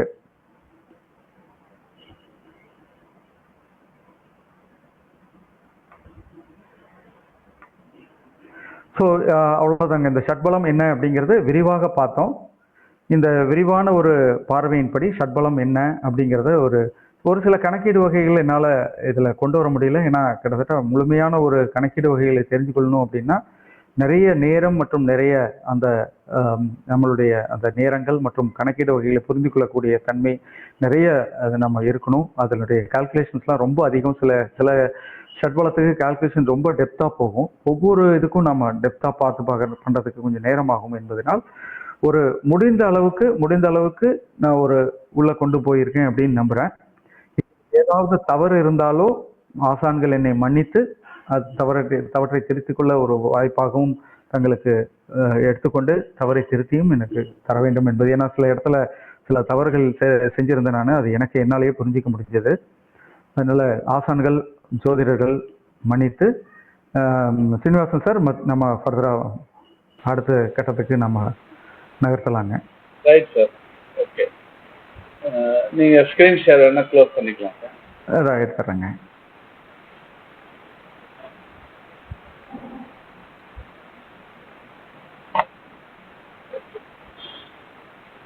சார் நான் சார் இப்போதைக்கு மியூட் பண்றேன், நீங்க பேசிட்டு அப்புறமா. மியூட் பண்ண வேண்டாம், இருக்கலாம், அப்படியே இருக்கலாம். அல்லூர் ஐயாக்கு நமஸ்காரம். ஐயா அல்லூர் ஐயா, நீங்க அன்மியூட் பண்ணுங்க. பண்ணிட்டேன். ஐயா நமஸ்காரம். தங்களுடைய ஆசீர்வாதம் முழுமையாக எனக்கு தேவைப்படுகிறது. நமஸ்காரம். ரொம்ப சந்தோஷம். நல்ல கணக்கு, நிறைய விளக்கங்கள் கொடுத்துருக்கீங்க. ரொம்ப நன்றிங்க ஐயா. அப்ப இஷ்டப்பெல்லாம் கஷ்டப்பட்டுக்கலாம் போலையா? அந்த அளவுக்கு நான் போகல, இதுல காமிக்கல. இஷ்டபலம் கஷ்டபலம் எடுக்கல. ஷட்பலத்தினுடைய இந்த 6 பலன்களை மட்டும் எடுத்துட்டு நான் இதுல நிறுத்திட்டேன். இன்னொரு சந்தர்ப்பத்துல அதையும் நம்ம குருக்கெடுத்து வச்சிருக்கேன். சீனிவாச சார் என்னையே கிளாஸ் எடுக்க சொன்னாரு, என்னால முடியல, உடல்நிலை சரியில்லை, அவருக்கே தெரியும். எல்லா குறிப்பும் என் கையில இருக்குதா. இதுக்குன்னே தனி ரேப்பர் போட்டு ஒரு செட் வச்சிருக்கேன். ஷட்பலத்துக்குன்னே 2 பேருக்கு போட்டு கணக்கெல்லாம் போட்டு ரெடி ஆயிருச்சு. எல்லாத்தையும் பார்த்தேன். நீங்க சொன்னது எல்லாமே கரெக்ட். இவ்வளவுதான் பண்ண முடியும் இந்த நேரத்துல. நல்ல தெளிவா சொல்லிருக்கீங்க. டைப் அடிச்சது நல்லா இருந்தது. தங்களுடைய ஆசீர்வாதம். சொன்ன மாதிரி நான் ஒரு சில பாயிண்ட்கள் சொல்லலாம், ஆனா நேரம் பத்தாது. அது விளக்குறதெல்லாம் நேரத்தான் எடுக்க முடியும். ஐயா தங்களுடைய நேரத்தை தயவு செய்து தாங்கள் எடுத்துக்கொள்ளலாம். சீனிவாசன் சாரும் மறுக்க மாட்டார் என்பது என்னுடைய அல்லூர் ஐயா. சொல்லுங்க. நல்லா இருக்குங்க ப்ரோக்ராம், அருமையான ப்ரோக்ராம்ங்க, நல்லா பண்ணியிருக்காரு. இன்னும் 1 மணி நேரம் அவர் எக்ஸ்பிளைன் பண்ணலாமேங்க, இன்னும் கொஞ்சம். ஆமாங்க ஐயா. இன்னும் கொஞ்சம் விளக்கங்கள் கொடுத்துருக்கலாம். ஒரு உதாரண ஜாதகத்தை போட்டு இது இதை வந்து நம்ம மதிப்பிற்குரிய நம்ம நரநாராயண ஐயா ஒன் டே வகுப்பா எடுத்தாரு. எனக்கு தெரியும், புத்தகம் கொடுத்துருக்கீங்களா தெரியும். பட் இந்த மக்களுக்கு நிறைய போய் சேரணும்னா இன்னும் ஒரு உதாரண ஜாதகத்தை ஒன்று போட்டு, பேரு ஜாதகம் எல்லாத்தையும் போட்டு, ஒன்னொன்னையும் போட்டு, அந்த ஷட்பலம் எவ்வளவு கடிதத்துல இருந்ததுங்கிறது சொன்னா கொஞ்சம் மக்களுக்கு ஈஸியா இருக்கும். ஏன்னா அவரு நரநாராயணன் ஷட்பலத்துக்கு தான் கிளாஸ் எடுத்தாருடைய, தனிநபருக்கு போட்டு கொடுக்கல. ஆமா ஆமா. தனிநபருக்குலாம் நான் 2 பேருக்கு போட்டு வச்சிருக்கேன். சரிங்க சரி. பராஜரில் ஒரு அதே உங்களுக்கு தெரியுமே, போட்டது அப்படியே நிக்குது, ஒன்றும் பண்ண முடியல. அது எல்லாத்தையும் வச்சு கம்பேர் பண்ண நல்லா இருக்கு, ரொம்ப சந்தோஷம். அடுத்தது காலபலம் இஷ்டபலம் அதுக்கெல்லாம் ஒரு கணக்கெடுக்க சொல்லுங்க. அது அது வேணா அகர்கண கால்குலேஷனுக்கு ஒன்று போட சொல்லுங்க. என்னங்கய்யா? அகர்கணங்க. சரி. அது கண்டிப்பா சொல்லலாம். கண்டிப்பா உங்களுடைய ஆசையினாலும் இறைவனுடைய ஆசையினாலும் அது எனக்கு அடுத்த வாய்ப்பு கிடைக்கும் என்று நம்புகிறேன். முழுமையாக கிடைக்கும். அதெல்லாம் இந்த மாதிரி சப்ஜெக்ட்டுக்கு தான் அவர் முக்கியத்துவம் கொடுப்பாரு. ஏன்னா இதெல்லாம் மக்களுக்கு போய் சேரணும். கண்டிப்பாங்க. ஒரு செஷனா இல்லாம 2-3 செஷனா எடுத்தா இன்னும் கொஞ்சம் சௌரியமா நம்ம போகலாம். உதாரண ஜாதகம் 2-3 ஜாதகத்தை போட்டுட்டு, ஒரு ஜாதகத்துக்கு ஒரு நாள் விளக்கம், இன்னொரு ஜாதகத்துக்கு இன்னொரு நாள் விளக்கம், இன்னொரு ஜாதகத்துக்கு இன்னொரு, அப்ப ஷட்பலம் கணிதம் டேலி ஆயிரும். கண்டிப்பாங்க. அவ்வளவுதான் போட்டது முழுக்க எனக்கு 2-3 பேருக்கு இருக்கு. அதை ஒன்றும் பண்ண முடியல, என்னால டைப் படிக்க முடியல, ஃபர்தரா ப்ரொசீட் பண்ண முடியல, எழுத முடியல, ஃபேர் பண்ண முடியல, எல்லாம் ரஃப்ல இருக்கு. ஓகே, சந்தோஷம். அடுத்தவங்க இருப்பாங்க, இணைப்புல இருக்காங்க. Okay sir. சார் வணக்கம் சார். சொல்வதற்கு ஒன்றுமில்லை, மிக அருமையா இருந்தது. ஆனா என்ன, நம்ம அவர் இன்னும் அந்த ஐகாஸ்ட் லெவல்லயே கிளாஸ் எடுத்த மாதிரி எனக்கு ஒரு ஃபீலிங் வேற ஒன்றும் இல்லை. ஏன்னா இங்க தெரியாதவங்க தான் நிறைய உட்காந்துருக்காங்க. இப்ப ஜோதிடத்தை பத்தி இப்பதான் உள்ள நுழைஞ்சவங்க, புதிதாக வந்தவங்க இருப்பாங்க. ஏன்னா இப்ப வந்தவங்க சாஃப்ட்வேர் யூஸ் பண்ணி பழகினதுனால அவங்களுக்கு இந்த லாங்குவேஜ் புரியுறது கஷ்டம். ஒன்றும் இல்லை சார், ரொம்ப சிம்பிள். இஷ்டப்படம்னா என்ன சார்? வக்ரம், அதிவக்ரம், அணுவக்ரம், இதெல்லாம் எப்படி பார்க்கணும்? டெய்லி போருங்க, இந்த தினகதி இருக்குல்ல, ஜாதகத்தை தினகதி பாருங்க. நீங்க பிறந்தப்ப எந்த கதி முதல் நாளுக்கும் அடுத்த நாளுக்கும் கணக்கு போடுங்க. அதனுடைய ஃபாஸ்ட் ஸ்பீடு ஸ்லோ ஸ்பீடா தெரிஞ்சிடும்.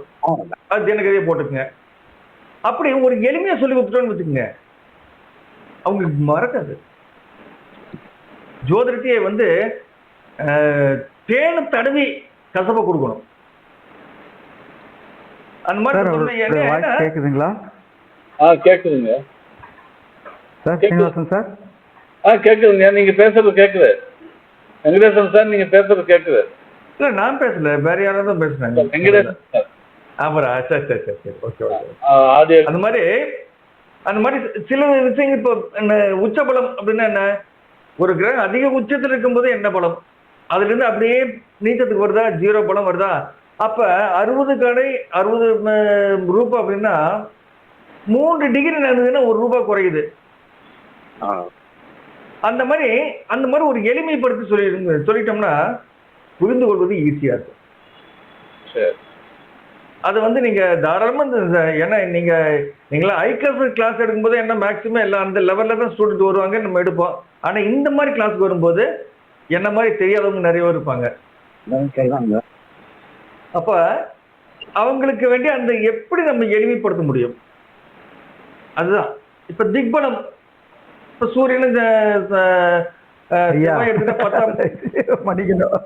வெங்கடேசன் சார். வெங்கடேசன் சார், உங்க ஆடியோ கேக்குது, ஆனா வீடியோ தெரியல. நீங்க இல்ல சார், இது ஸ்பீக்கர். ரெண்டு பேருக்குமே வெங்கடேசன் ஒரே பேரு. ஐகாஸ் வெங்கடேசன் சார் சொல்லிடுறேன். ஓகே சார், உங்க வீடியோ தெரியல, ஆடியோ மட்டும் ஓகேவா இருக்கு. அப்ப திக்பலம் அப்படின்னா என்ன?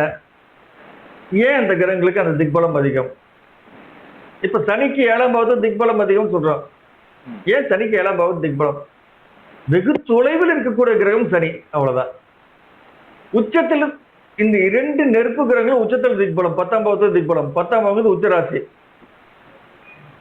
இந்த 2 நீர் கிரகங்களும் பாதாளத்தில் திக்பலம், 4ஆம் பாவம். குரு புதன் லக்னத்தில் திக்பலம். சிம்பிளா சொல்லிட்டோம்னா, ஒரு இதை சார்ட்டை வச்சுட்டு இப்படி இன்னும் இவருக்கு டைம் நிறைய இருக்கு. இந்த சார்ட் வச்சுட்டு அப்படியே எளிமையா அப்படி கொஞ்சம் சொல்லிட்டாருன்னு வச்சுக்கோங்க, அனைவருக்கும் அது ரொம்ப சந்தோஷமாக கேட்பாங்க. அது என்னுடைய தாழ்மையான கருத்து. ஏன்னா சார்ட் இருக்கிற எஃபர்ட்டுக்கு நிறைய விஷயங்கள் சொல்லலாம், நிறைய கேதர் பண்ணிருக்காரு, நிறைய விஷயங்கள் சொல்லலாம்.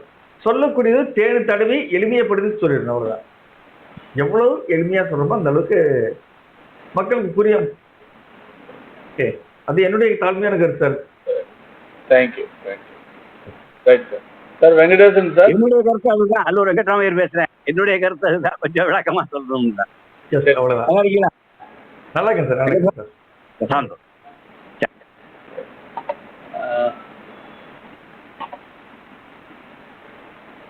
சார் வெங்கடேசன். ஹலோ. இருக்கேன் சார், இருக்குங்க சார், ஏற்றுக்கொள்கிறேன் sir. Sir Venkatesan super sir.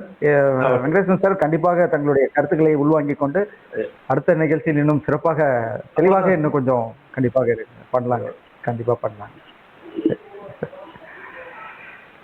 Right sir. Okay, thank you. Thank you Venkatesan sir. ஐயா அல்லூர் ஐயா, நன்றிங்க ஐயா. வணக்கம். நன்றி. வேற ஒன்றும் இல்லை, விசேஷம் எல்லாம் சொல்லிட்டாரு. நான் சொல்ல வேண்டியதே கொஞ்சம் விளக்கமாக வச்சுருக்காரு ராமசுப்ரமணியன். சரி, அவ்வளோதான். Okay sir.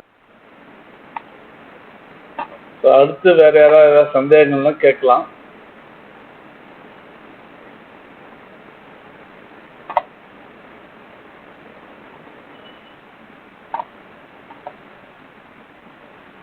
சரி. Sir Venkatesan sir. நம்ம சுரேந்திரன் ஐயா. ஐயா நீங்க அன்மியூட் பண்ணிட்டு பேசலாங்க. சுரேந்திரன் ஐயா.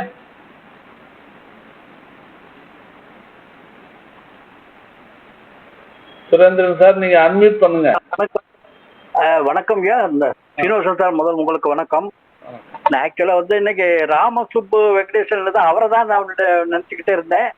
உள்ள அவரை பார்க்கும்போது ஐகாஸ் வெங்கடேசன் இங்க வந்தா ஆள் மாறி போயிருக்காரு. ரொம்ப தவறா புரிஞ்சுக்கிட்டேன். நான் அவரை தான் நினைச்சுக்கிட்டேன், இந்த ராமசுப்பு வெங்கடேசன் நம்ம அவரை தான் நினைச்சுக்கிட்டேன். அவர் தான் இன்னைக்கு ஸ்பீச்சுன்னுட்டு இவர் ரொம்ப சூப்பரா சொன்னாரு. இது வரைக்கும் நிறைய வெங்கடேஷ் அப்படிங்கிற பேர் உள்ளவங்களுடைய ஆசீர்வாதம் இருக்கு.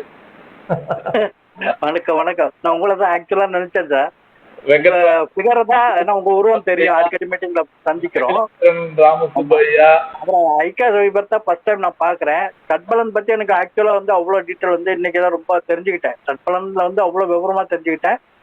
இந்த கூட நிறைய தெரிஞ்சுக்கிறேன்னா ரொம்ப ஆவலா இருக்கேன். மறுபடியும் ஒரு கிளாஸ் போட்டு சாருக்கு ஒரு சான்ஸ் கொடுங்க, சொல்லட்டும், இன்னும் நிறைய தெரிஞ்சுக்கிறணும். இது வரைக்கும் நடத்துனது ரொம்ப சூப்பரா இருந்துச்சு, ரொம்ப அருமையா இருந்துச்சு. மிக்க மிக்க நன்றி சார். Thank you Venkatesan sir. ரொம்ப நன்றிங்க, ரொம்ப நன்றிங்க. சுரேந்திரன் ராமையா சார். நன்றி நன்றி, வணக்கம்.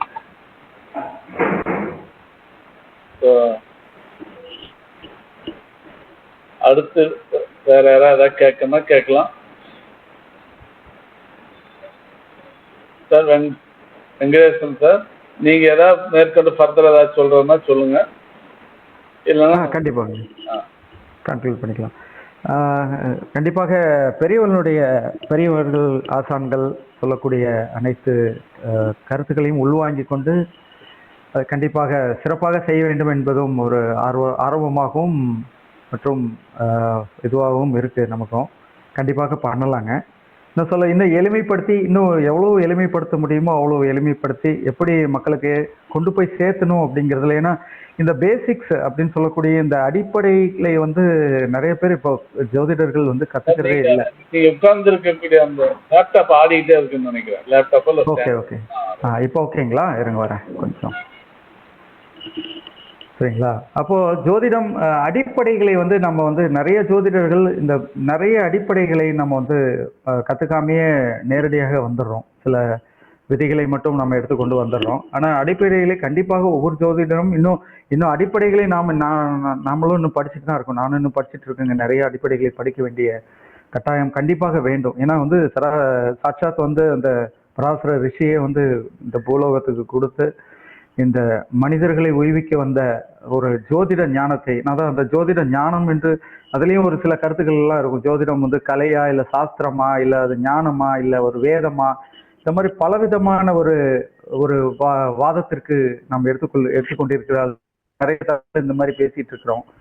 அப்போ அது எல்லாத்துக்கும் மேல நான் தான் முன்பே ஒரு குறிப்பிட்ட மாதிரி சதுர்வேதங்கள் என்று சொல்லக்கூடிய ரிக், யஜுர், சாம, அதர்வண வேதத்திற்கு முன்பே ஜோதிடம், வானவியல் சாஸ்திரத்தையும், வானவியல் ஞானத்தையும், வானவியல் வேதத்தையும், அதே போல ஜோதிட வேதத்தையும் பராசரர் அவர்கள் நமக்கு அளித்திருக்கிறார்கள்.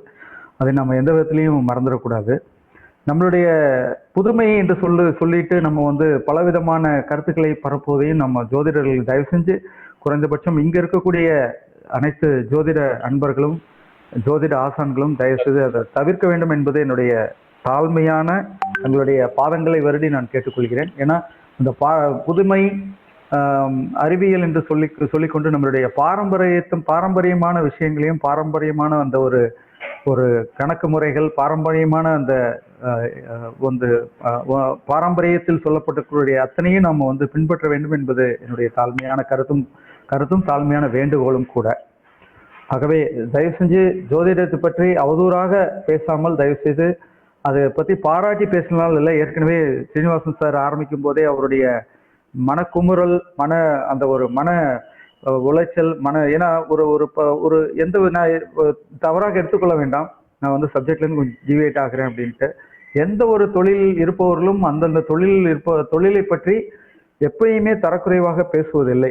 குறிப்பாக மருத்துவர்கள் இருக்கட்டும், இல்லை ஒரு பொறியாளர்கள் இருக்கட்டும், அந்தந்த தொழிலை பற்றி குறிப்பாக தரக்குறைவாக பேசுவதில்லை. அதை பற்றின விஷயங்களே நாலாவிதமான கருத்துக்களையும் சொல்வதில்லை. ஆனால் நமக்கு ஏனோ தெரியல, இந்த ஜோதிடத்துக்கு மட்டும் ஏன் இந்த ஒரு நிலைப்பாடு என்பது நமக்கு தெரியல. அவர்களுடைய எல்லாரும் இந்த உலகத்தில் பிறந்த எல்லாத்துக்கும் ஜோதிட ஞானம் உண்டு, ஒவ்வொருவருக்கும் ஒவ்வொரு ஞானம் உண்டு. ஆனால் யாருமே இதில் இன்னும் கரை தேர்ந்தவர்கள் யாருமே இல்லை. ஒரு சில குறிப்பிட்ட ஆசான்களை தவிர பெரிதாக கரை தேர்ந்தவர்கள் யாரும் இல்லை. அதனால என்னுடைய தாழ்மையான கருத்தாக வைக்கிறேன். செந்தில் அவர்கள் ஏதோ கேட்கிறவர்கள், அவர் அதை கை ரைஸ் பண்ணிருக்காரு, ஹேண்ட் ரைஸ் பண்ணிருக்காருங்க. ஹலோ, நமஸ்காரங்க வெங்கடேஷன். வணக்கம். வணக்கம் சார். இது எல்லாரும் சொன்ன கருத்து தான். அதாவது ஒரு எக்ஸாம்பிள் ஜாதகத்தை எடுத்து ஒவ்வொரு இதையும் கால்குலேஷன் போட்டிருந்தா இன்னும் கொஞ்சம் அது இன்னும் தெளிவா புரிஞ்சுக்கிறதுக்கு வகையா இருந்திருக்கும். ஷட்பலத்தில் சேஷ்ட பல கணித விளக்கம்னு சொல்லி ஒரு புக் நான் எழுதியிருந்தேன். அது உங்க வாட்ஸ்அப் நம்பர் எனக்கு தெரியாது, இருந்ததுன்னா அதை உங்களுக்கு நான் ஷேர் பண்ணி விடுறேன். நீங்க அதை பாருங்க. அதுல அந்த பாகைகளை அடிப்படையாக வச்சு எடுக்கிற ஒரு மெத்தடு இருக்கும். நீங்க கொடுக்குற அந்த அதிசாரம், சாரம், அதுக்குரிய கணித விளக்கங்கள்லாம் அதுல இருக்கும்.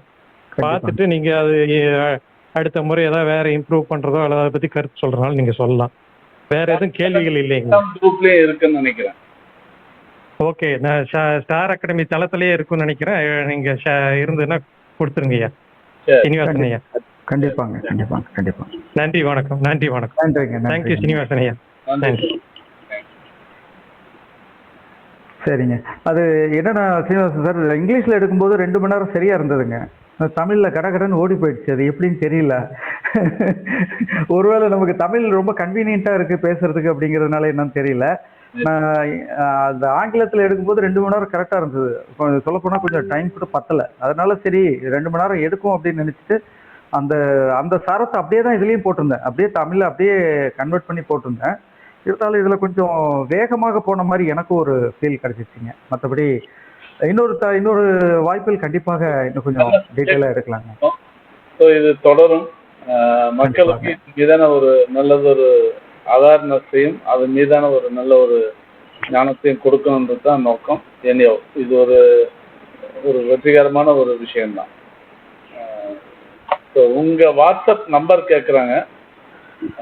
என்னுடைய நான் சொல்லட்டுங்களா, இல்லை நீங்கள் சேட்டில் போடலாங்களா, இல்லை எப்படி பண்ணலாம்? சொல்லுங்க, நான் அப்படியே வேணா டைப் பண்ணிடுறேன். என்னுடைய நம்பர் 90 430 22219. மெசேஜில் போட்டிருக்கேன். சரிங்க, சரிங்க, சரி. 9043022219. செந்தில் சார் தான் பேசுகிறாங்க. ஓகே, கண்டிப்பாங்க, கண்டிப்பா. Right sir. ஓகே, நிறைவா நீங்க ஏதாவது சொல்லணும்னா சொல்லுங்க, நிகழ்ச்சியை பூர்த்தி பண்ணிக்கலாம். என் சைட்லேருந்து முடிச்சிட்டேங்க. நான் நீங்கள் ஆரம்பிச்சிங்க அதே பாணியிலேயே நானும் அதே கருத்தையே முன் வச்சு நானும் முடிக்க ஆசைப்பட்டேன். நான் தயவுசெய்து ஜோதிடர்கள் அனைவருக்கும் பாதம் தொட்டு வணங்குகிறேன். ஜோதிடத்தை பற்றி அவதூறு பேசுவதை தயவு செஞ்சு நிறுத்தி விடுங்கள். ஐயா வெங்கடேஸ்வரன் சாரையும் அவரும் சிரிக்கிறாருங்க, ஏதாவது சொல்ல நினைக்கிறான்னு நினைக்கிறேன். இல்ல ஒண்ணு இல்ல, எதுக்கு நம்ம ஜோதிடம் நம்ம நெஞ்ச நிமித்திட்டு சொல்லிட்டு போலாம்.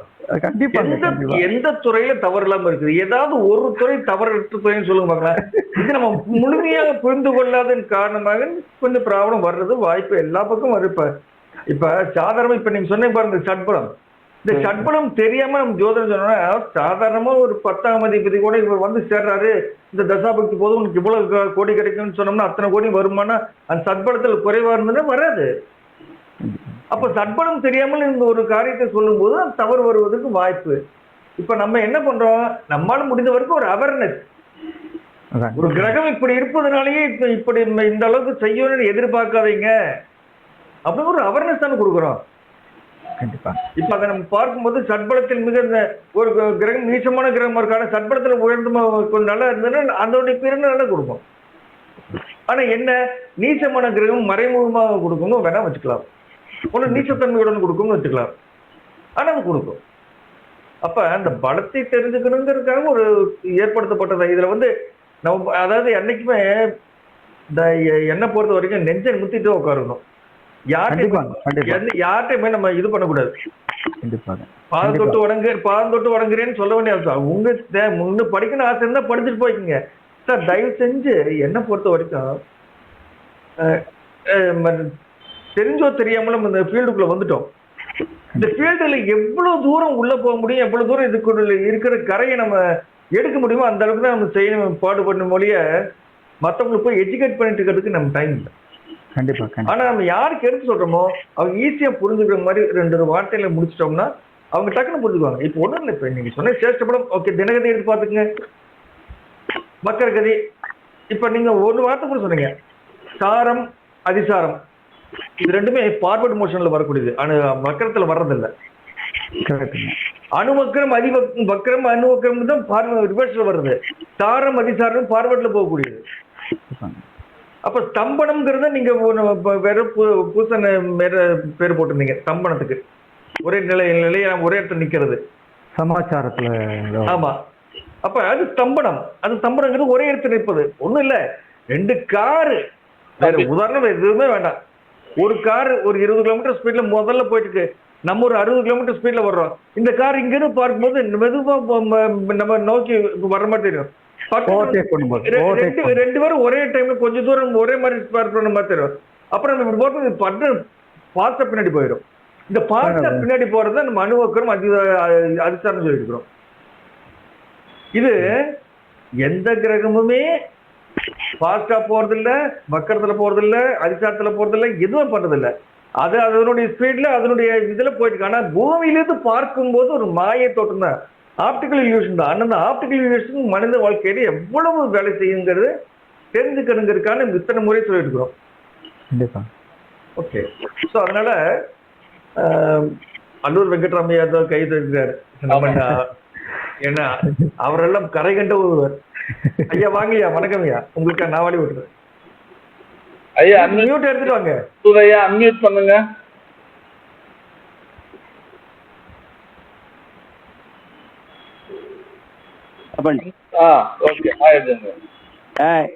இந்த வக்ரகதிக்கு சேஷ்டபலத்துல வர பொழுது வக்ரகதிக்கு இன்னும் கொஞ்சம் விளக்கம் சொல்லணும் நீங்க. அதாவது இன்னும் சொல்லியிருந்தாரு, ஒரு சின்ன ஒரு தவறு வேறு பண்ணியிருந்தீங்க. என்ன அப்படின்னா செவ்வாயும் சனியும் அதிகமா வக்கரமாகுன்ட்டு இல்லையா? செவ்வாய் அதிக வக்கரமாகாது. செவ்வாய் ஒன்லி 3 மாசம் தான் வக்கரமாகும். சனி 5 மாதம் வக்கரமாகும். குரு 5 மாதம் வக்கரமாகும். புதன் ஒரு இடத்துல 3 முறையும் வக்கரமாகும், 4 முறையும் வக்கரமாகும், அக்கார்டிங் டு ஆரம்பத்திலே முடியல. ஆனா ஒரே ஒரு கிரகம் மட்டுமே, சுக்கிரன் மட்டுமே 1.5 வருடங்களுக்கு ஒரு முறைதான் வக்கரம் வரும். அதனுடைய வக்கர கால அளவு ரொம்ப ரொம்ப கம்மி. 35 இருந்து 40 நாளுக்குள்ளதான் அதனுடைய வக்கரம் இருக்கும் ஒழிய, பாக்கி கிரகம்லாம் 3 மாதம் 5 மாதம். புதன் எடுத்தீங்கன்னா 3 மாசத்துக்கு ஒரு தடவை வக்கரமாகும், 4 மாசத்துக்கு ஒரு தடவை வக்கரமாகும். வக்கரமாகும் போது அதனுடைய 24 நாள் 25 நாள் கணக்கீடு பார்க்கும்போது வக்கரம் மிக குறைவாக இருக்கக்கூடிய ஒரே கிரகம் சுக்கிரன் மட்டும்தான். 1.5 வருடங்களுக்கு ஒரு முறை வக்கரமாகும். இந்த தமிழ் வருடத்துல, நான் சொல்ற தமிழ் வருடம் தான், இந்த தமிழ் வருடத்தில் வக்கரம் இல்லை அப்படின்னா அடுத்த தமிழ் வருடத்தில் சுக்கிரன் வக்கரமாகும். அதுக்கு அடுத்த தமிழ் வருடம் வக்கரம் இருக்காது. ஓகே, சோ இந்த வக்கரத்தை பத்தி நிறைய கிளாஸ் எடுக்கலாம். வக்கரம் அப்படிங்கிறது ஒரு பெரிய சப்ஜெக்ட். நீங்க சொன்ன ஒவ்வொரு இதுமே இந்த 1 மணி நேரம் கிளாஸ் சொல்ல முடியாது. ஒவ்வொன்றுக்குமே தனித்தனி சப்ஜெக்ட். வக்கரம்னா என்ன, அதிசாரம் என்ன, சாரம்னா என்ன, ஏன் ஸ்தம்பனம், ஒரு கிரகம் ஏன் 2 கிரகம் ஒரே டைம் இருக்குது. இப்ப கிரக யுத்தம்னு சொல்றோம். கிரக யுத்தத்திலேயே நிறைய விஷயங்கள் இருக்கு. சப்போஸ் இதை போன இங்கிலீஷ் கிளாஸ்லயே சொன்னதே தான் இப்ப இங்க கண்டினியூ பண்றேன். இப்ப நம்ம கிராந்திகள்னு ஒரு டிபார்ட்மெண்ட் இருக்குது பஞ்சாங்கத்துல. அந்த பக்கமே நம்ம யாருமே பார்க்கறதே இல்லை. அது எதுக்கு இருக்குன்னு யாருக்குமே தெரியாது. ஆனா அந்த கிராந்திகள் இருக்கக்கூடிய இம்பார்ட்டன்ஸ் வேறு யாருக்குமே தெரியாது. ஒரு கிரக யுத்தமா இருக்கும் போது கூட கிராந்திகள்ல ஒரு கிரகம் கீழேயும் ஒரு கிரகம் மேலே இருக்கப்போ அந்த கிரக யுத்தம் செல்லாது, அங்க கிரக யுத்தம் நடைபெறாது. ஒரே டிகிரியா தான் இருக்கும். லாட்டிடியூட்ல ஒரு கிரகம் கீழேயும் ஒரு கிரகம் மேலே இருக்கும்போது அந்த இடத்துல கிரக யுத்தம் வேலை செய்யாது. இரண்டும் ஒரே லாட்டிடியூட் இருக்கும்போது தான் வேலை செய்யும். அப்ப கிராந்தி அங்க தேவைப்படுது. ஆனா நம்ம அதை பத்தி நம்ம பெரிய அவேர்னஸ் இல்லாதனால தான் நிறைய இடங்களை நம்ம சர்க்கிள் விழுகிறதுக்கு காரணமே அதுதான். ஓகே, சோ நல்ல விளக்கம், அருமையான விளக்கம் கொடுத்துருக்கீங்க ஐயா. உங்களோட யாருமே பஞ்சாங்கத்துக்கு பின்னால இருக்கிறத பாக்குறதே கிடையாது. ஆமா, கிராந்தி டிக்ளினேஷன் அருமையான கணக்கு. நான் வந்து பிராக்டிக்கலாவே அந்த காலத்துல தியாலைட் வச்சு எடுத்திருக்கேன் டிக்ளினேஷன் எல்லாம். ஆமா, இப்ப அந்த எந்த அளவுக்கு இப்ப குருன்னு எடுத்துக்கிட்டா அதுக்கு ஒரு டிகிரிக்கு மேல எங்கேயும் போகிறது. இந்த ஈக்குவட்டார், சோலார் ஈக்குவட்டார்னு சொல்லுவாங்க. இந்த சோலார் ஈக்குவட்டார்ல இருந்து 1 டிகிரி மேலே கீழே போகுது. ஆனா பூமியானது 23.54 டிகிரி வரைக்கும் மேலையும் கீழே போயிட்டு 23 மேலையும் கீழே போயிட்டு இருக்கும். அப்படி மேலையும் கீழே போயிட்டு குரு கீழே இருந்து பூமியும் கீழே இருந்ததுன்னா அதனுடைய தன்மை வேற, குரு மேல இருந்து பூமி கீழே இருந்து அதனுடைய தன்மை வேற. ஈக்குவேட்டருக்கு மேல கீழே. ஆமா, சோ இந்த மாதிரி நிறைய அதாவது ஜோதிடம்ங்கிறது சும்மா வெறும் அந்த 12 ராசி 9 கிரகம் 27 நட்சத்திரம் இதுக்குள்ள அடங்குவது இல்லை. இதுக்கு மேலேயே நிறைய அஸ்ட்ரானமிக்கலையும் உள்ளவும் போக வேண்டியது இருக்குது. அது கொஞ்சம் முடிஞ்ச வரைக்கும் நம்ம ஏன்னா ஆக்சுவலி சொல்லப்போனா ஒரு லைஃப் பத்தாது. ஜோதிடத்தை முழுமையாக கற்றுக்கொள்வதற்கு ஒரு லைஃப் பத்தாது. நான் இன்னும் படிச்சுட்டு தான் இருக்கேன். ஓகே, நன்றிங்க. நன்றி, சந்தோஷம். ரொம்ப நல்ல விளக்கங்கள். நீங்க அடுத்தது ஒரு கிளாஸ் ரெடி பண்ணுங்க. கண்டிப்பாங்க. உதாரண ஜாதகம் ஒண்ணு போட்டு கால்குலேஷன் போட்டு எத்தனை மெத்தட்ல டிரைவ் ஆயிருக்குன்னு சார்ட் போட்டு கண்டிப்பா யாராவது யாருக்காவது ஒருத்தருக்கு எடுத்துக்கங்க, பிரபலமான நபருக்கு எடுத்துக்கங்க. கண்டிப்பா.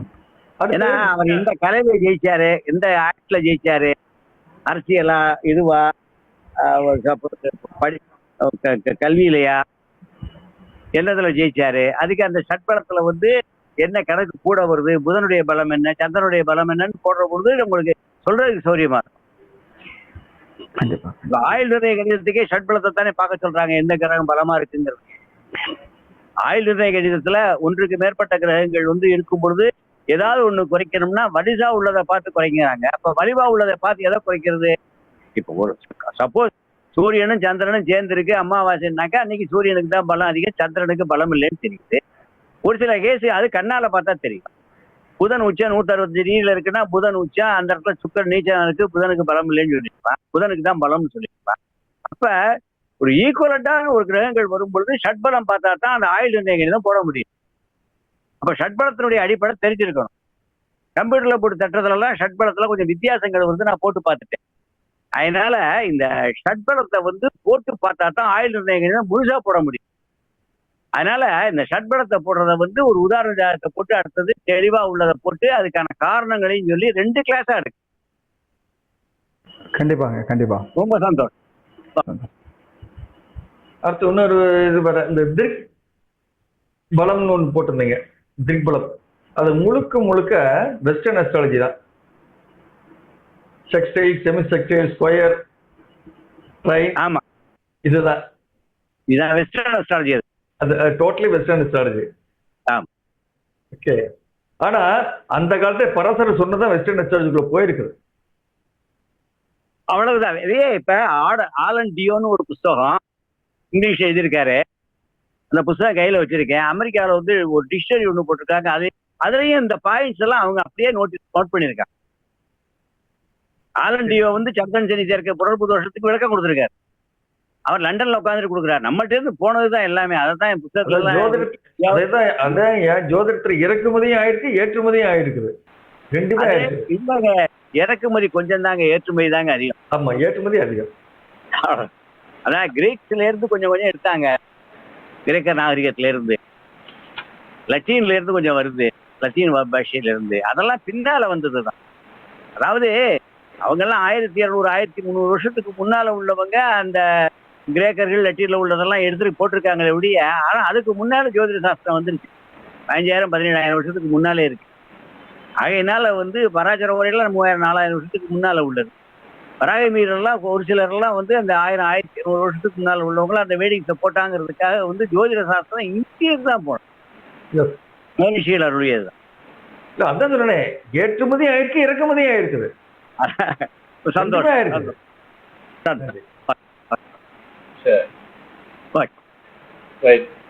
பெரியவங்க நிறைய வேல்யூபிள் கருத்துக்கள் சொல்லியிருக்கீங்க. ரொம்ப மகிழ்ச்சி. ஸோ இது சம்பந்தமாக தொடர்ந்து செஷன்ஸ் போடணுங்கிற ஒரு அவசியம் ஏற்பட்டிருக்கு. ஜெனரலா இதுக்கு எதிர்கருத்துக்களை பற்றி அந்த கருத்துக்கள் கண்டனம் தெரிவிக்கிறமே தவிர ஸ்டார் அகாடமி அதற்கான ஒன்றும் வருத்தம் அப்படிங்கலாம் இல்லை. எப்பொழுதுமே பிரபஞ்சம் தோன்றியிருந்து ஒரு கருத்துக்கு எதிர்கருத்துக்கள் மக்கள்கிட்ட இருக்கத்தான் செய்யுது. அது எந்த ஒரு விஷயமா எடுத்துக்கிட்டாலும் சரி, அது ஆன்மீகமாக இருந்தாலும், நாத்திகமாக இருந்தாலும், அல்லது ஏதேனும் ஒரு தத்துவார்த்த விஷயங்களாக இருந்தாலும் இது இருக்கத்தான் செய்யும். இந்த முரண்பட்ட விஷயங்கள் தான் நம்மளுடைய அடுத்த படிநிலைக்கான முன்னேற்றத்திற்கு உதவுங்கிறதுல நான் அதில் தீர்க்கமான கருத்து கொண்டால், மாறுபட்ட கருத்துக்களே வரக்கூடாது அப்படின்றது அல்ல அபிப்பிராயம். மாறுபட்ட கருத்துக்கள் வரலாம். முன்னதில் உள்ள குற்றம் குறைகளை சுட்டிக்காட்டுகின்ற ஒரு மாற்று கருத்தாக அது இருக்கலாமே தவிர, போட்டு தடாலடியா மொத்தத்துக்கே வீண், ஒண்ணுமே இல்லை, குப்பை அப்படிங்கிற ஒரு கருத்து என்பது நாம் உட்கார்ந்துருக்கிற மரத்தை நாமே வெற்றதா அர்த்தம். ஸோ அது என்ன ஆகுன்னா ஒரு காலத்துல அது நம்மளே சேர்த்து சாய்க்கும். பட் ஜோதிடத்தை அப்படிலாம் யாரும் சாய்க்க முடியாது. இது காலங்காலமான ஒரு மிக பெரும் விருட்சம். அன்றையிலிருந்து இன்றைக்கு வரைக்கும் பல மாறுபட்ட கருத்துக்கள், முரண்பாடுகள் எவ்வளோ வந்திருந்தாலும் கூட அது தன் பயணத்தை தொடருது. அந்த வகையில் அந்த பயணத்திற்கு ஸ்டார் அகாடமியும் எங்களால் என்ற ஒரு சிறு பணியை செய்து கொண்டிருக்கிறோம். அந்த அளவில் இன்றைக்கு நடந்த செஷன் ஒரு ஷட்பலம் அப்படிங்கிற ஒரு செஷன், ரொம்ப ஒரு ஆழமான ஒரு திண்மையான செஷன். இது 1 மணி நேரத்தில் முடிகிற விஷயம் இல்லை. குரல் மாதிரி குறுகத்தரித்த குரல்லாம் இதை சொல்ல முடியாது. இது ஒரு நீண்ட பெரிய சப்ஜெக்ட். ஸோ இதை இன்னமும் தெரிந்து கொள்வதற்கு இது ஒரு முத்தாய்ப்பான ஒரு முன்னோடியான நிகழ்ச்சி அப்படிங்கிற அளவில் மேலும் மேலும் இந்த ஷட்பலங்களை பற்றி நாம் ஆய்வு செய்வோம். அந்த வகையில் நம்ம மதிப்பிற்குரிய வெங்கடேசன் ராமசுப்பையாவும் அல்லூர் வெங்கட்ராமன் ஐயாவும் ஒரு வேல்யூபிள் மதிப்பிற்குரிய பல கருத்துக்களை அபிப்பிராயங்கள் சொல்லியிருக்காங்க. அதையும் நாம் கவனத்தில் எடுத்துக்கொண்டு இந்த ஜோதிட விஷயங்களை ஆய்வு செய்வோம் என்று சொல்லி, வெங்கடேசன் சார் நீங்கள் நிறைவே ஏதாவது சொல்லணும்னா சொல்லலாம், நம்ம நிகழ்ச்சியை பூர்த்தி பண்ணிக்கலாம். நன்றி அனைவருக்கும். அல்லூர் ஐயா அவர்களுக்கும், வெங்கடேஸ்வரன் ராமசுப்பு ஐயா அவர்களுக்கும், ஸ்ரீனிவாசன் ஐயா தங்களுக்கும் ஒரு நன்றியையும் தங்களுடைய ஆசீர்வாதத்தையும் வேண்டி என்னுடைய உரையை இத்துடன் நிறைவு பெற்றுக் கொள்கிறேன். மிகவும் நன்றி, மிக்க நன்றி. தேங்க்யூ. வெங்கடேசன் ராமசுப்பு சார், நீங்கள் ஏதாவது சொல்லலாம்? இல்லை சார், சொல்லி முடிச்சுட்டேன், எல்லாமே சொல்லி முடிச்சிட்டேன். மிக சிறப்பு. என்ன என்னை பொறுத்த வரைக்கும் சட்வர்க்கத்துக்கு ஒவ்வொரு பலத்துக்குன்னு ஒரு நாள் கிளாஸ் எடுக்கிற மாதிரி இருந்தா தான் கொஞ்சம் தெளிவா சொல்லலாம். அது அவனால முடியும். என்ன இது ஒரு வச்சுக்கோ, அதை ட்ரையல் வெர்ஷன் வச்சுக்கோ, அவ்வளவுதான். அதுக்கு திட்டமிடுவோம். Right sir, thank you. தேங்க்யூ. அடுத்த வாரம் இதே போன்ற மற்றொரு நிகழ்ச்சியில் சந்திப்போம். நன்றி, வணக்கம். நன்றி.